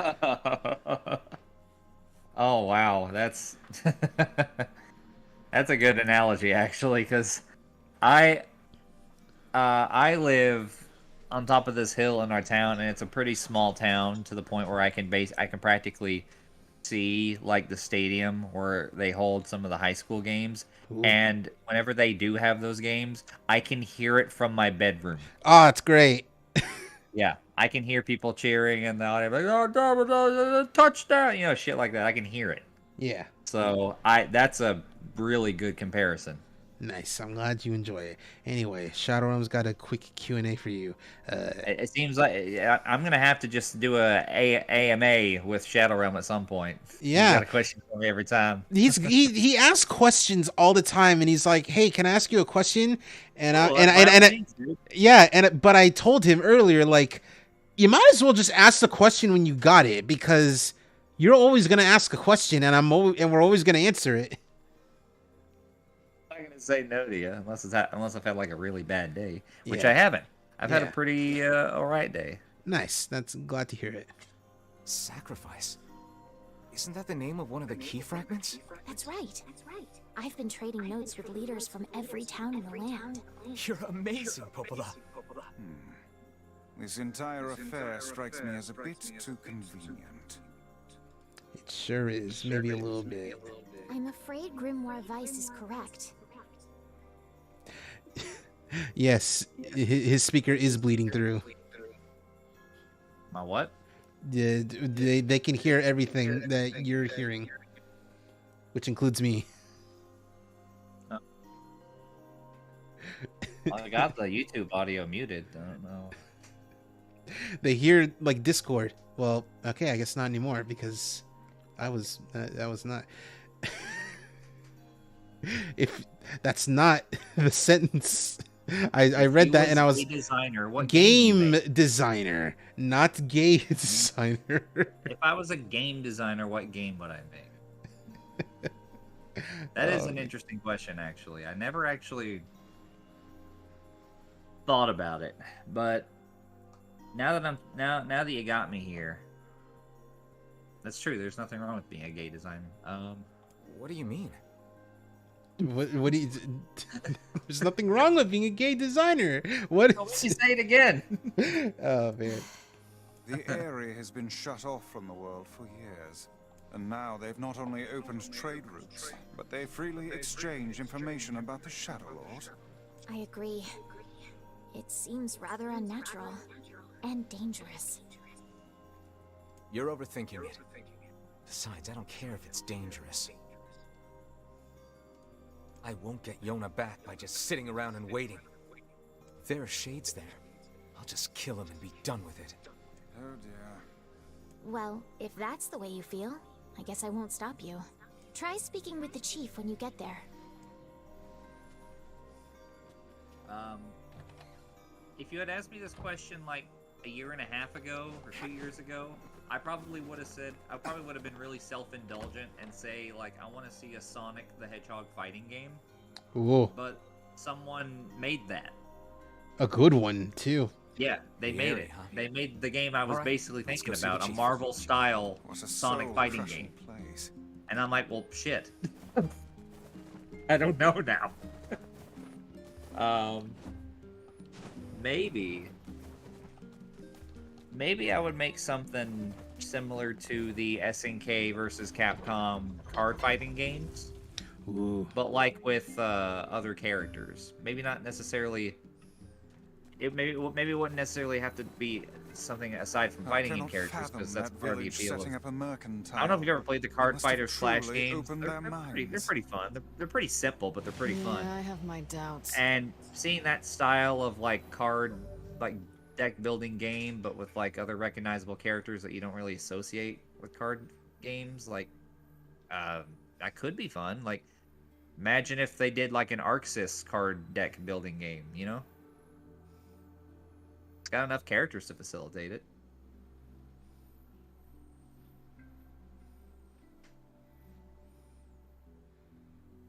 Okay, I was trying to figure out the name. The name of the Sonic fighting game that you seem interested in, Shadow Realm, is Sonic Smackdown. Aren't you glad Sonic to be going Smackdown, back that's the home, one. Kaine? Home? The place is a shithole. Like, be so that nervous, guy Kaine. put in We'll protect a lot you. of work. I got me taken care of. Worry about protecting yourself.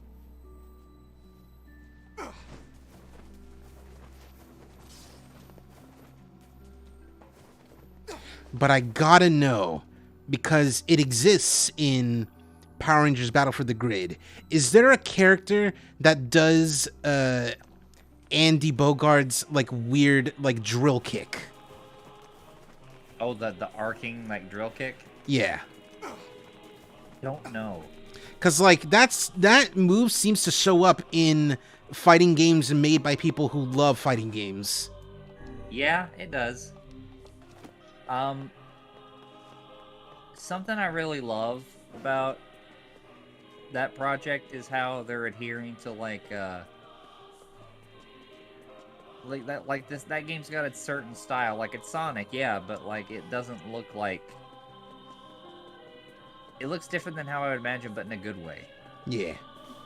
Yeah, I don't know. I just really like everything that those guys over there have done. It's really in depth, and it had a lot of characters that I would have put in the game if I was making it. Like, you know, Sonic, Shadow, like Team Sonic, Team Dark, Team Rose for the most part. Like, you know, the Chaotix. Like, you got some of the Metal Fighters and everything. I don't know. I just like it's like it was in my head, and then these guys actually made it. But is Tikal there? No, because she's not really a fighter. Yeah, that's true. Hello? It'd be cool if they put in Shade. Yeah. Remember Shade? I remember Shade.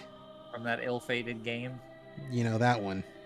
That one. But, like, she's good. I like her. I think the reason why... Well, I mean, the game's free, right? Yeah, it's free. Okay, cool. So they could probably put the game in. The reason why... Yeah, you can't charge for that. Not even... not even just for, like, you know, charge for a Sonic fan game. But also, like, if they started to charge money, they would need to get, like, the licenses for the characters is whatever. It'll cost however much. But paying fucking, like, licenses for specifically Shade is going to be ridiculous, because you remember who owned Shade, right? Because it's not Sega. One of the 3 Bs. Yeah. It's not even, no, you know what? Not even just one of the 3 Bs. I'm talking about a single person. Yeah. Yeah. I mean, I don't think he does, though. He Who Shall Not Be Named. I don't think he owns Shade. Shade Oh, didn't originate. from the comic. okay. No, I think I was because I was associating him with her because I thought that he did, but no, I think it's because he was like, "Hey, they ripped off fucking my characters that I made up." I mean, fair enough. Like you see like an echidna that's not Knuckles or Tikal, and you think, oh, that's a Ken Penders character because that's what he's trying to drill in everyone's head. He goes like, no, I made this rich universe. And Just like how fucking the Marvel stole the Endgame title from his world famous Endgame Sonic comic run. No one used the word Endgame before Ken Penders. No one. It was fuck off, Oxford. It's all over. We came to ask about the letter you sent. AEW Dynamite started its first show of the year tonight, and they had a brand new set, and like they had a really good championship match. Darby Allin got the TNT title. Like there's a bunch of women's matches set up, and like there's a good tag team match. There was a lot of good shit. But probably my favorite moment of the night, I've come to find, was the promo battle between MJF and Bryan Danielson. Ooh. And MJF was like he was doing his usual spiel. It's like, oh, fuck you, Marks. I'm amazing. I'm a generational talent. You suck, Danielson. I'm the world's most specialistest boy ever. And Danielson's reply was, and this is real, he was like, haha, your mom, though.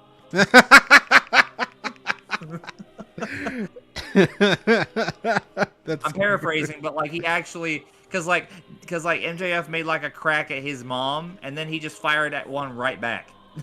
Oh, that's great. And I'm like, yo, yeah. He goes, because MJF is like, you look like a goat. I bet your mom fucked goat. He goes, and Danielson was basically, I bet your mom fucked everybody in this arena. And I'm like, this is the height of wrestling. That's great. That's fantastic. I love it.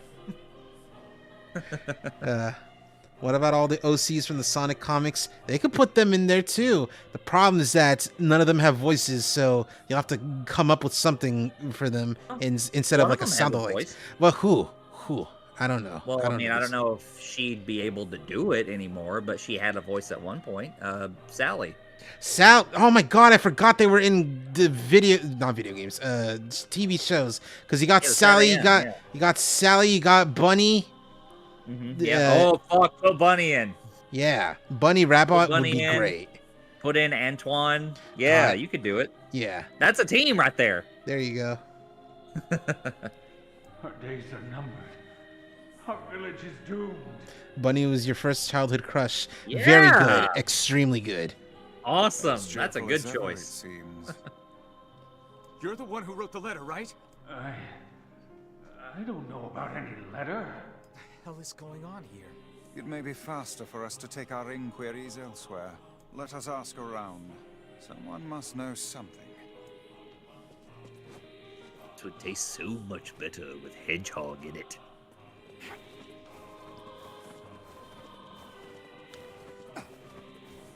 I wonder how far they would have gone with the comic plot if Sat AM was allowed to keep going. Yeah, that's a good question, because, Sat AM got kind of weird with it near the end. Yeah. But that's fine. Not like in a way that the show was bad. Sat AM was strangely good the whole time. Yeah. You know they got Jim Cummings to play Robotnik? Yeah, and it was great. It was a perfect cast for him. Really menacing. I never showed you this, did I? Whoa, who? Why? I never showed you, like a few months ago after I watched Sonic 2. The movie. Like I made a Robotnik list. You've told me about it. You didn't actually show it. Yeah, I ranked all the Robotniks. Yeah. Yes. Yeah. Okay, so I can do that right now if the stream is interested. Would you like to hear my Robotnik tier list? That's true. Jim Cummings was also Winnie the Pooh. He was also Tigger.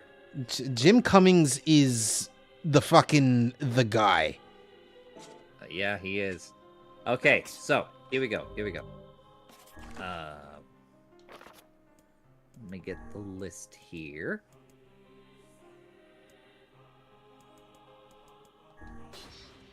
All right, here we go. Honorable mentions. I have a few honorable mentions because there are that many Robotnik interpretations of the character. Here we go. Honorable mention number 1, Eggman Nega. Yes. And honorable mention number 2, Alfred. Yeah. Alfred Coleman's Eggman, because like I really shouldn't count it because it's like a fan interpretation, and like you know, there's a lot of those, but like, goddamn, he's iconic, isn't he?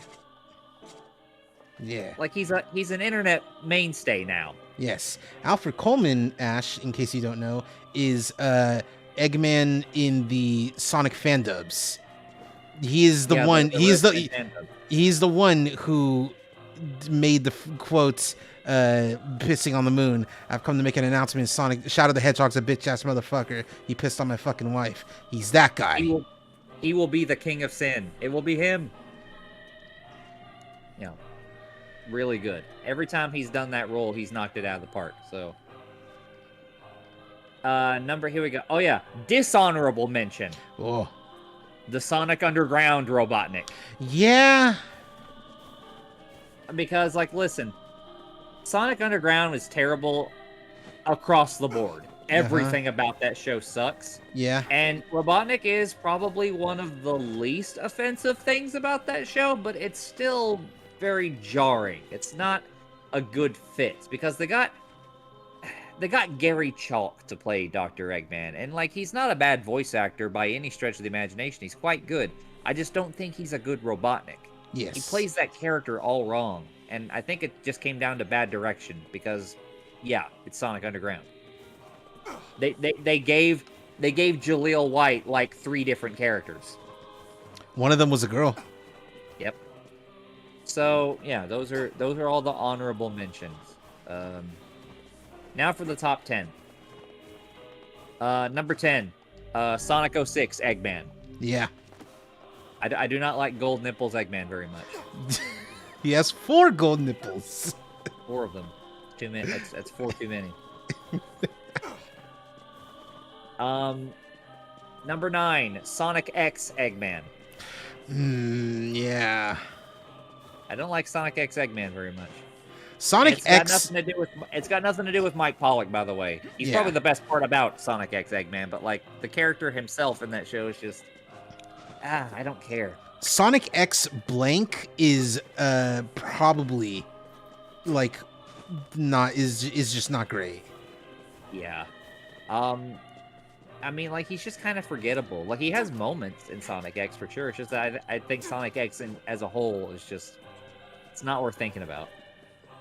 Mike Paul, you know what? I got it. It's one thing that is not great about Sonic X Eggman. Mike Pollock is like his normal regular person speaking voice for Eggman is not like, it's not like anything. It's just, you know, it sounds more like Mike Pollock just saying words. Yeah, I can agree with that. Now, everything from this point onwards, like I said, this list is all just personal preference. That's all top 10s are anyway. It's all ranking lists are anyway. It's just, this is my preference. But I truly do think that everybody beyond this point did a good performance. And if anyone told me that this was their favorite, I'd be like, oh yeah, no, that's valid. That's cool. And I'm going to start with number 8, OVA Robotnik. Oh, yeah. Now, that he's a lot closer to what I think of when I think Robotnik but animated, where they actually try to mimic how he moved and what he looked like in the original games. But he's got like a few personal quirks that hold him back a little bit for me. He's kind of a weirdo in that movie, but that's fine. Yeah. We can be a little weird, I guess. I also just like the way he says, the Hyper Metal Sonic. I don't know, I just like that. He's a gamer. Like, yes. he's just about the most undercooked aspect of the OVA universe, right next to the President and Sarah, which like damn, dude. Like he spends more time with those two than Sonic. But I do at least appreciate that he's already established and like he's super high on his own genius, and he gave us the interpretation of Metal Sonic. Yes. So yeah, there's a lot of good things to say about OVA Eggman. Number 7, Sonic Boom Eggman. Ah, yeah. I would say any performance of Eggman from this point onward that does have Mike Pollock is definitely worth your time, and this includes the Sonic Boom Eggman because Sonic Boom is such a weird show to begin with because it shouldn't exist, but I'm glad it does. Not the games, like the show. Yeah. Like the show coming out of the disaster that were the bad Sonic Boom games is like a miracle to me, and it's just and like if I think about like the tone wise, it's just what if Sonic was Seinfeld? That's all it is. Yeah. Like the same principle that they did with the Looney Tunes show, you know? Like that's just Looney Tunes, but like it's a sitcom. Not only is it Sonic, but Seinfeld's fucking Eggman in that show is just Newman. Yeah, he's just Newman. Yeah. Like he's hilarious, and it just goes to show how much fun Mike Pollock has with all the different interpretations of Eggman. He has so many different versions, and this is probably the funniest one. Yeah, like I do think he really is a fantastic doctor. It's just really the only thing that ever holds him back is the material he's given. Like Sonic Boom is just sort of its own isolated little weird thing, so they can just they can get creative with it, and that's what they did with him. But the reason he's so low on this list is that he's more of an annoyance to Sonic than an actual enemy. Yeah. Like he feels like he's like a prick-ass goofball that's just sort of against that's just sort of there alongside the heroes. Like he's like Jack Spicer, you know that? God, oh, that's perfect. He strikes me as like Jack Spicer in the show than like the actual like bad guy. That's because there's not really a bad guy. Oh, that's yeah, great. Yeah. And he's a lot friendlier than any other Eggman on this list. But anyway. Number 6. Modern Eggman. Like the current Eggman. Mike Pollock in the game. So it's like, I don't really have much to add from this one, from the last one. It's just that he's actually important to the game continuity, and it shows that he can have a lot of fun if he's given good material. See Sonic Colors. Yeah. And all his dialogue in that game. Like his interpretations there in Colors and Generations I really enjoyed, and like I just want to see more. I just want to see him have fun with this character anytime he can in like the mainline games, because I feel like he doesn't get to do it enough. Number 5. Sad AM Robotnik. One I was talking about earlier, Jim Cummings. Like, I mean, like, here's what you do with this Robotnik, right? How do you make Robotnik not just a threat, but a goddamn menace? You give him a great design, you put him in a universe where he's basically already won, and then you put Jim Cummings' voice in him. Yep. Like, I'm mad that Underground's version of Robotnik is just a bad version of this one. Like, Cummings brings a lot to that version of Robotnik, and, like, he's savage, he's heartless, he feels like a force that Sonic has to overcome rather than an enemy to defeat. Like, you know that tracking shot at the beginning of Star Wars? Those rebel ships flying away from that impossibly large Empire fleet ship? Yep. That's what that show feels like. Yep. It's a really wild and memorable take on Robotnik because it's so unlike everything else. Number 4, Jim Carrey, the movie Eggman. Yeah. I fucking love this Eggman, and I am glad Jim Carrey loves this Eggman. Like, you know, you just see a character that an actor clearly loves, and like you see them loving that character in the performance, everything they do. That's what Jim Carrey's doing here. Yeah. He loves being like, he's fucking evil and he loves it. You gotta respect that. You gotta respect that. He does a good job in 1, and then he's even better in the sequel. Like, he's just a really silly weirdo who has just enough money and dangerous hazards in his way to stay in real threat territory, but he's so manic and irregular that he can really actually get intimidating. Like, when he... Like, the more power... Like, you give someone that crazy, the more power he gets, like he had in these 2 movies, and, like, he goes from joke to threat real quick. And he does it in both movies, and it's great. I hope he does consider coming back for the 3rd one in some capacity.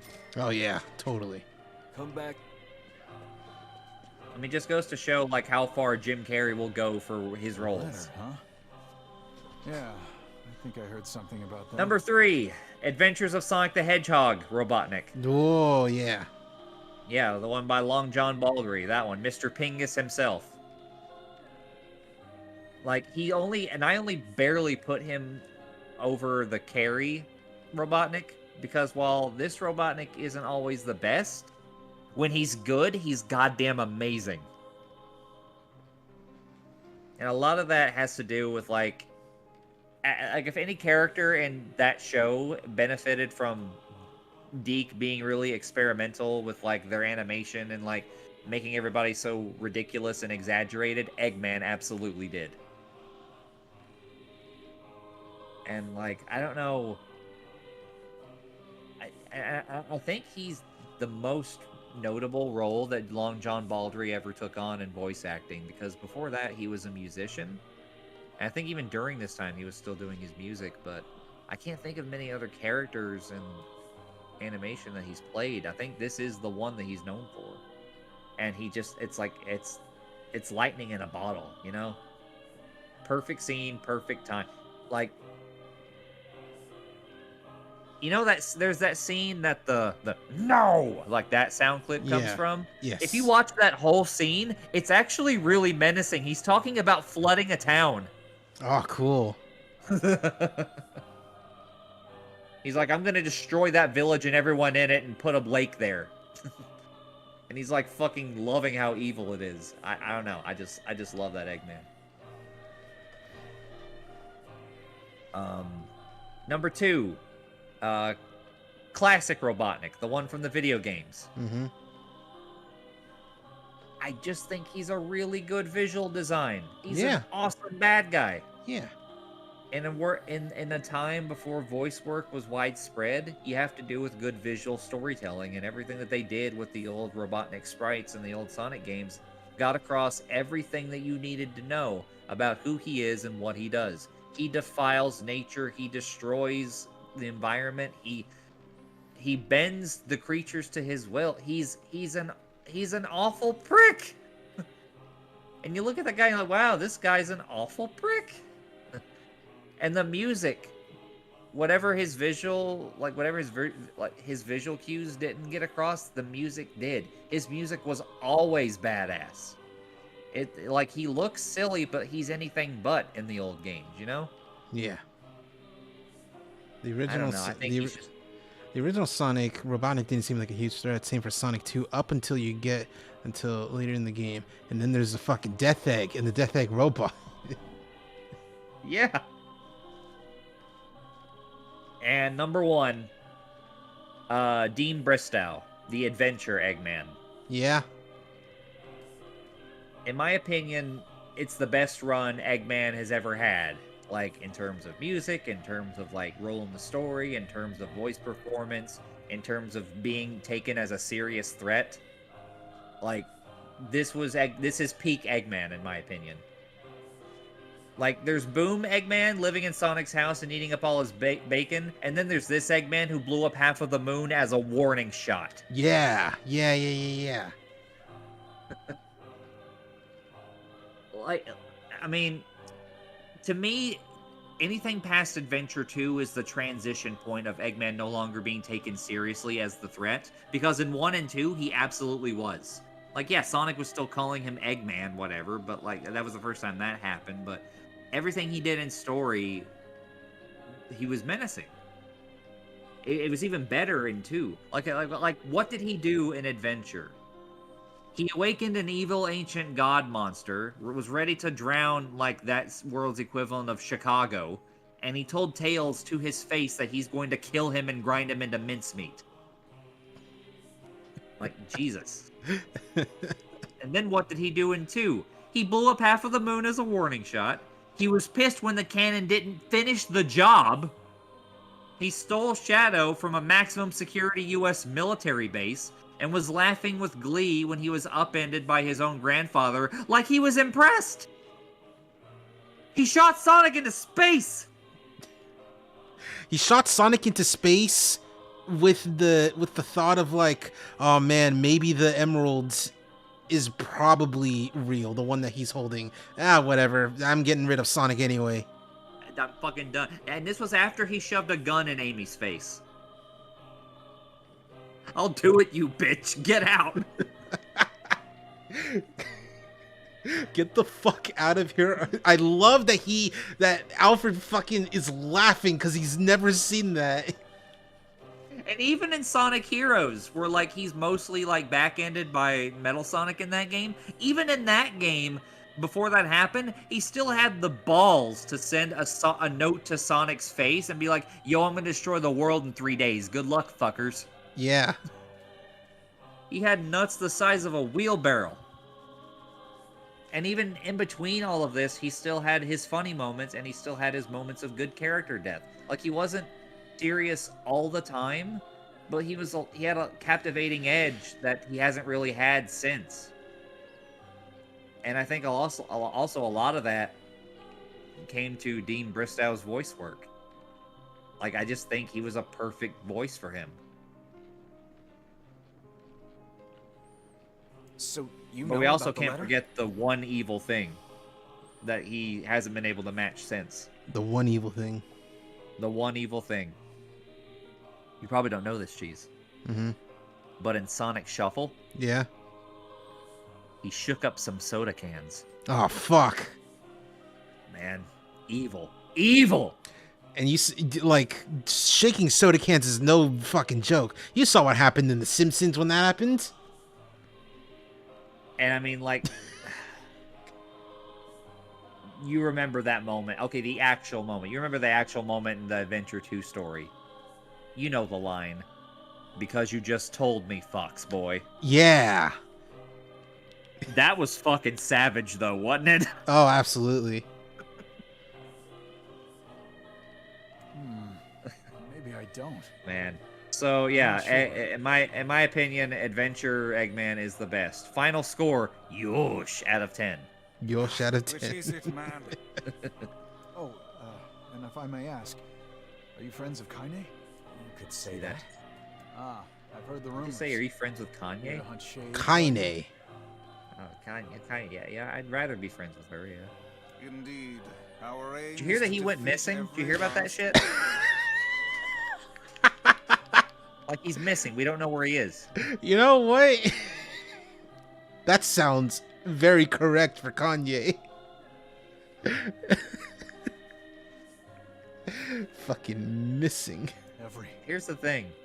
I don't know if he's doing this on purpose, or if someone kidnapped him, or what's the funniest option, if he just got lost. Yeah. All three of them are so equally valid. Everyone. Equally possible. Yeah, that moment when he's like, yeah, he tricked him with the emerald, and then Tails makes this face. The fucking... Hold on. This face... This one... Oh, Fluckles! I figured as much. Thoughts on Sonic Prime? I'll tell you when I get to play it. I still haven't got to play it. It is a show, so you don't have to. Oh, and I'm sorry, I'm thinking of Frontiers. That's right. Yeah. Frontiers. I haven't played Frontiers yet. I'm actually going to watch Sonic Prime guys really sure are soon. I've taking just your been goddamn really, time. really busy. 1,000 apologies. But like, I'm really We were excited distracted about by it. the local welcoming party. Apparently, they do my girl Rouge really good in this show. Oh, totally. Yeah, so I'm excited about that. Like, Homegirl has not had a chance to shine in a minute. So be careful.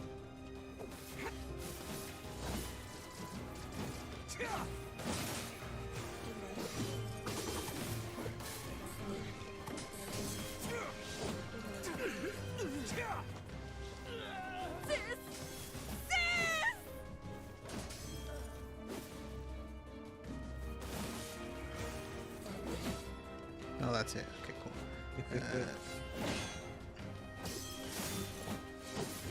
I can't take this anymore. Seen that meme image of National Geographic determine what Americans will look like in 2050, and it's beautiful, and it's just like 12 different people who all look like Nick Cannon. I can't tell who's human anymore.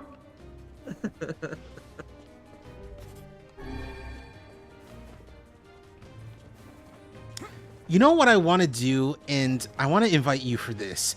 I want to do a stream where I read through Tails Gets Trolled for the first time, because I've never actually read it. I try not to think about Tails Gets Trolled. I want to invite someone who's like a Sonic fan to join me. I try not to think about it. But, like, if you want me to do it, I'll do it for you. I value our friendship enough to sit through Tails Gets Trolled. No way! I'm not going to abandon my own sister. Remember, it apparently Tails Gets Trolled not only gets good, it gets really good. Yeah.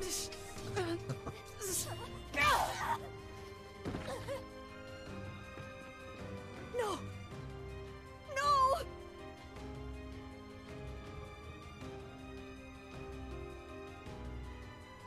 You people are the monsters here. Stay back, kid. Your sister is one of them now. I don't care what she is. She's my sister, and I love her.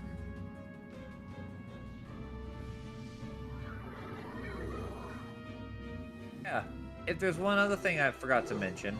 What's that? I didn't get to talk about this because I didn't talk about this medium at all for this. Uh-huh. I didn't mention any comic book version of it. Yeah.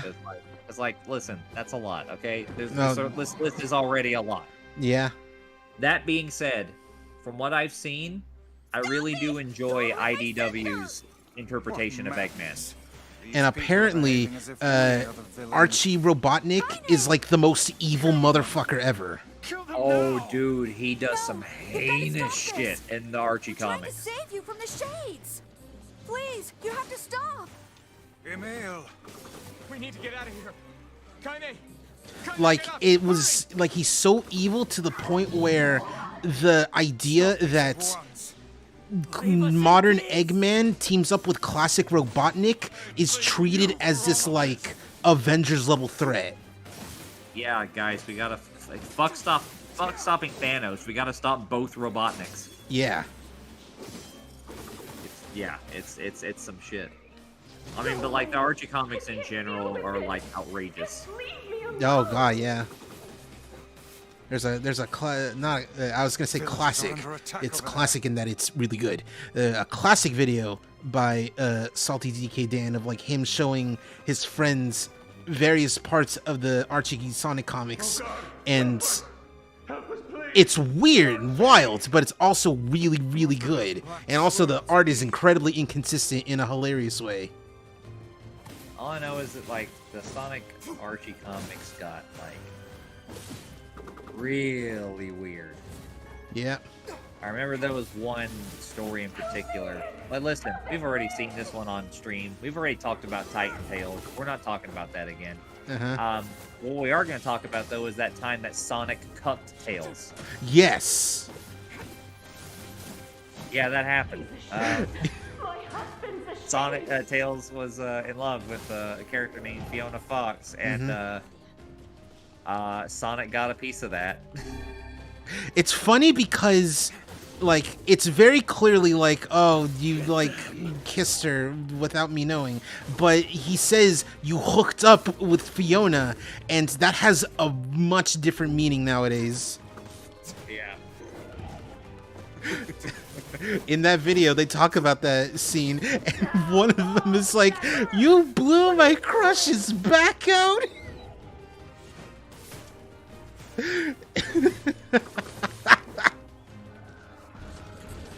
I think one of the weirdest things from Archie Sonic was when they did a parody of Sin City, complete with a scene at a burlesque place. Ooh. Actually, don't remember that. Sounds tasty. What the fuck? Oh my god.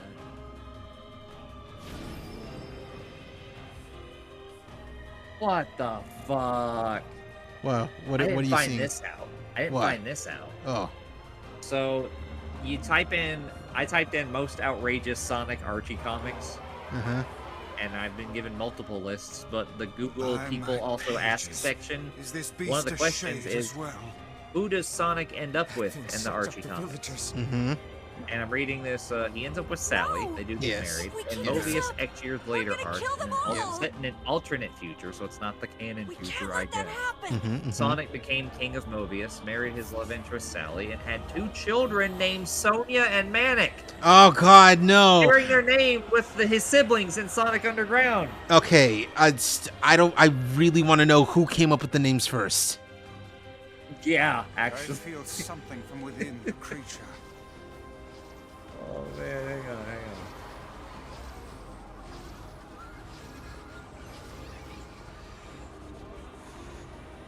Sonic Underground predates the kids' names by a few years. Oh God, so they did take the names from Sonic Underground. Yeah, they were very. Oh, I thought you meant like in canon. Oh yeah, no, Sonic Underground absolutely came first. Okay, cool. Yeah, because this thing talking about here happened in like the mid aughts in the comics.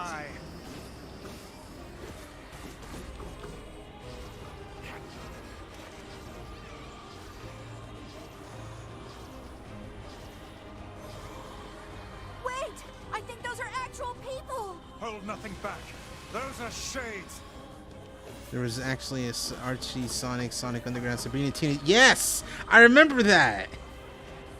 Sabrina the Teenage Witch comic, and it looks literally like Archie, but Sabrina. Oh yeah, no, Archie Comics got away with some shit. Yeah, like they did a lot of weird stuff.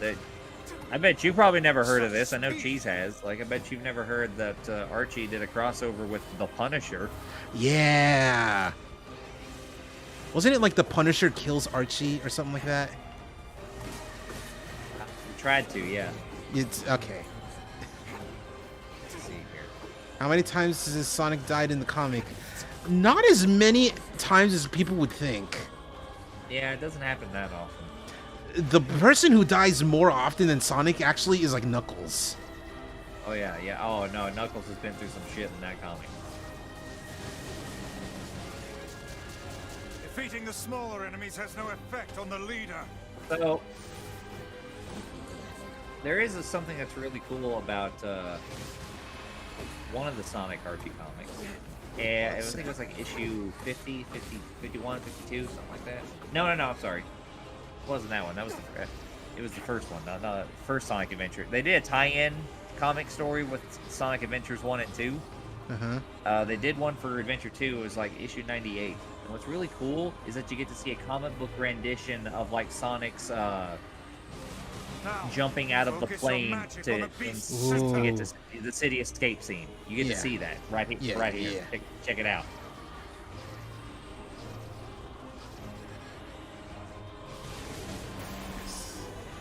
Also, no, Knuckles is the Piccolo of the group, but like a stupid Piccolo. Because Piccolo is very smart. Yeah.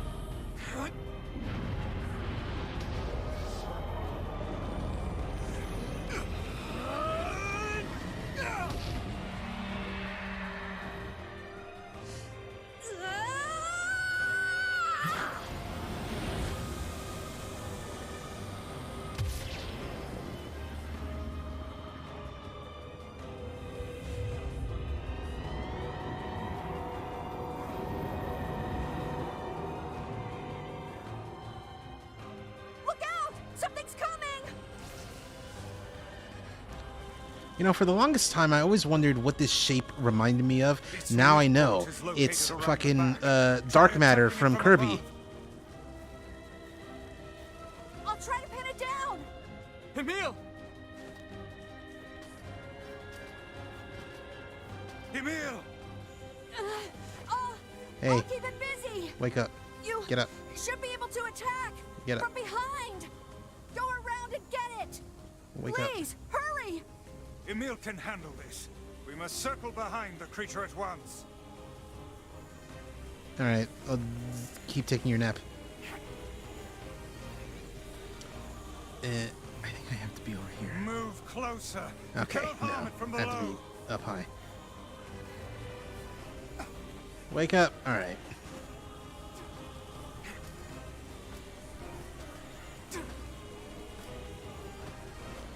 Another question for Flau. You must strike it in the eye.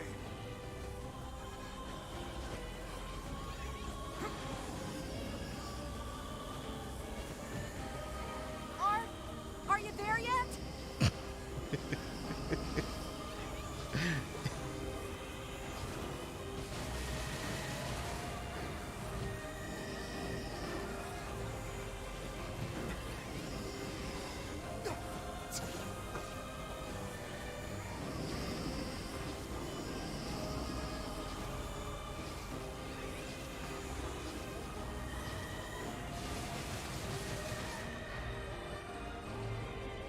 Did we get it? It is escaping to the inner level.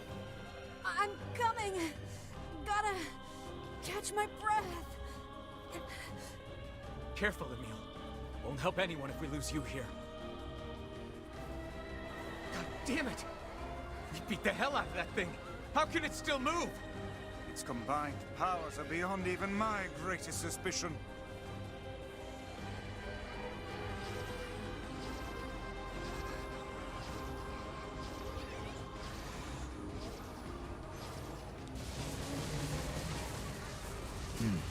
Whoa.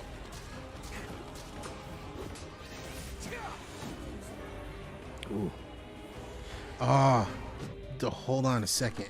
Hold on a moment. It's not here. If there's gonna be a Tekken cross,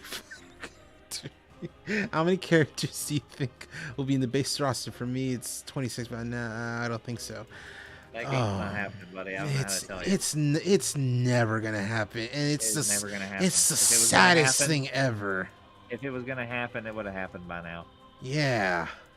Like Harada keeps saying it's in development, but like, it's not. It's not. It's the most, like, it's the saddest thing ever. Cause like, it has so much potential. It really does. It could have been really cool. The problem is that and the reason it's never going to happen is because Street Fighter Cross Tekken flopped so hard. Yeah. And it came out literally. Shadowrun used this term earlier today. It literally came out during Capcom's flop era of 2012. I need you to understand something about Capcom's era of fighting games. It's all been downhill since Street Fighter 4. Yeah. Oh, I don't even just mean like fighting games, because that was also when Asura's Wrath came out, and they fucking let that thing die. Come on, help me take it out. There was also Street Fighter Cross Mega Man, which, you know, good game, but it's also a fan game that they're just like, hey, we made this. Yeah, I remember that. Jesus Christ.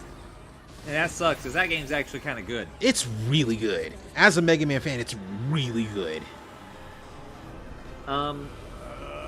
Yeah, Shadowrun, I need you to understand something about their fighting game division in particular. It's like, Street Fighter 4 was a success and basically dug Capcom out of a big hole in the fighting game sphere, and like, you know, single-handedly brought back fighting games in the States, and like, probably most of Japan too, because like up until Street Fighter 4 happened, the main games that were seeing widespread tournament play were like, it was just old classic Capcom games, like the old stuff.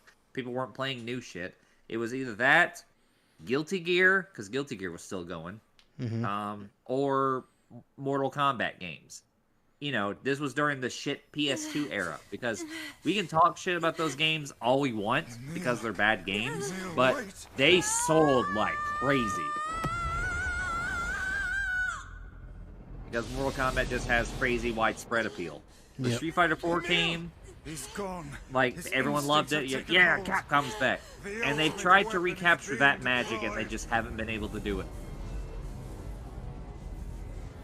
Because, like, what came out after that? Marvel 3 came out, and it's an awesome game, but, like, Jesus Christ, the releases of both of those games were botched beyond belief. Yeah. Oh, God, yeah. And like Marvel 3 came out, and then Ultimate Marvel 3 came out 9 months later. Oh God, yeah. It's not even like a year. It's 9 months later. And God two of those damn. characters were not available as DLC for very long. Nope. And then Street Fighter Cross Tekken came out, and on-disc DLC was a thing. Not even just on-disc DLC. You like if you had the means, you could unlock the console-exclusive characters on every version.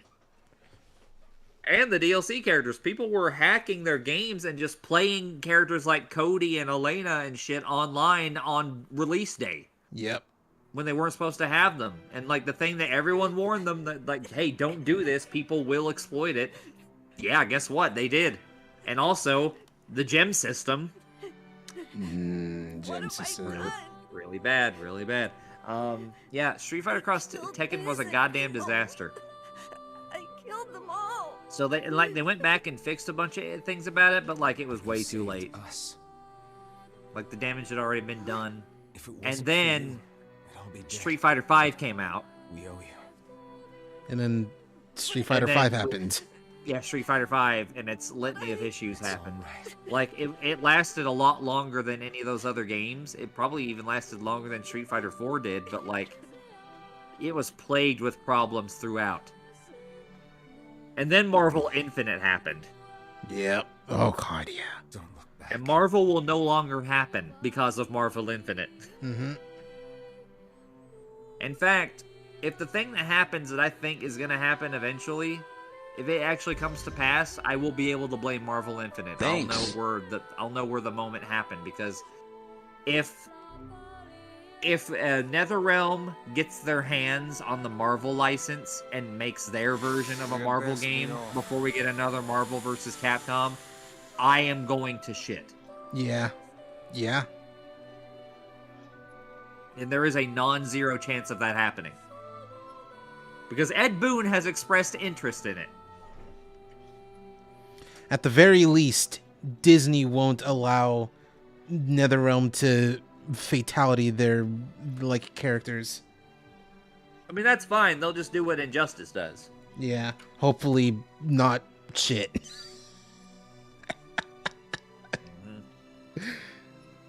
Oh man. Anyway, fucking while that whole conversation was happening, innocent people died, and guess what? Just like with Marvel Infinite. Yeah, innocent people died. Rest in peace, Combo Fiend. God.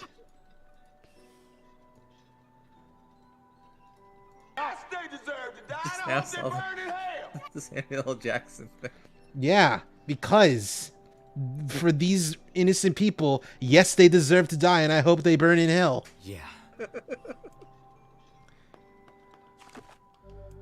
That's really good, Cheez. That's really good. All right. This is actually the perfect place to end the stream, mostly because it's that time, and the next Nier stream will be the end game of Rude. So you can't use that word, Cheez. It's Penders is coming after you. It's the end game, and I'm about to reach the edge of the game. Hang on, before we go. Yeah, And another You're question. You're right. Street Fighter 6 better be worth it. Yeah. I mean, all signs are pointing to it probably will be. Yep. All right. This is coming from somebody who was really critical of how that game looked and how it was when it was first revealed. Because the first character that they showed was Luke, and you were the #1 Luke hater that I know. Still the #1 Luke hater. What are you talking about? Yeah. I didn't change. This is true. Even when they changed his character design for 6, you still hate him. Yeah, no, I hate that prick. But like, the only thing that changed was that they introduced like 10 other good characters. Yeah. I like everyone else in Street Fighter 6. I just hate Luke. And unfortunately, Luke is the poster boy.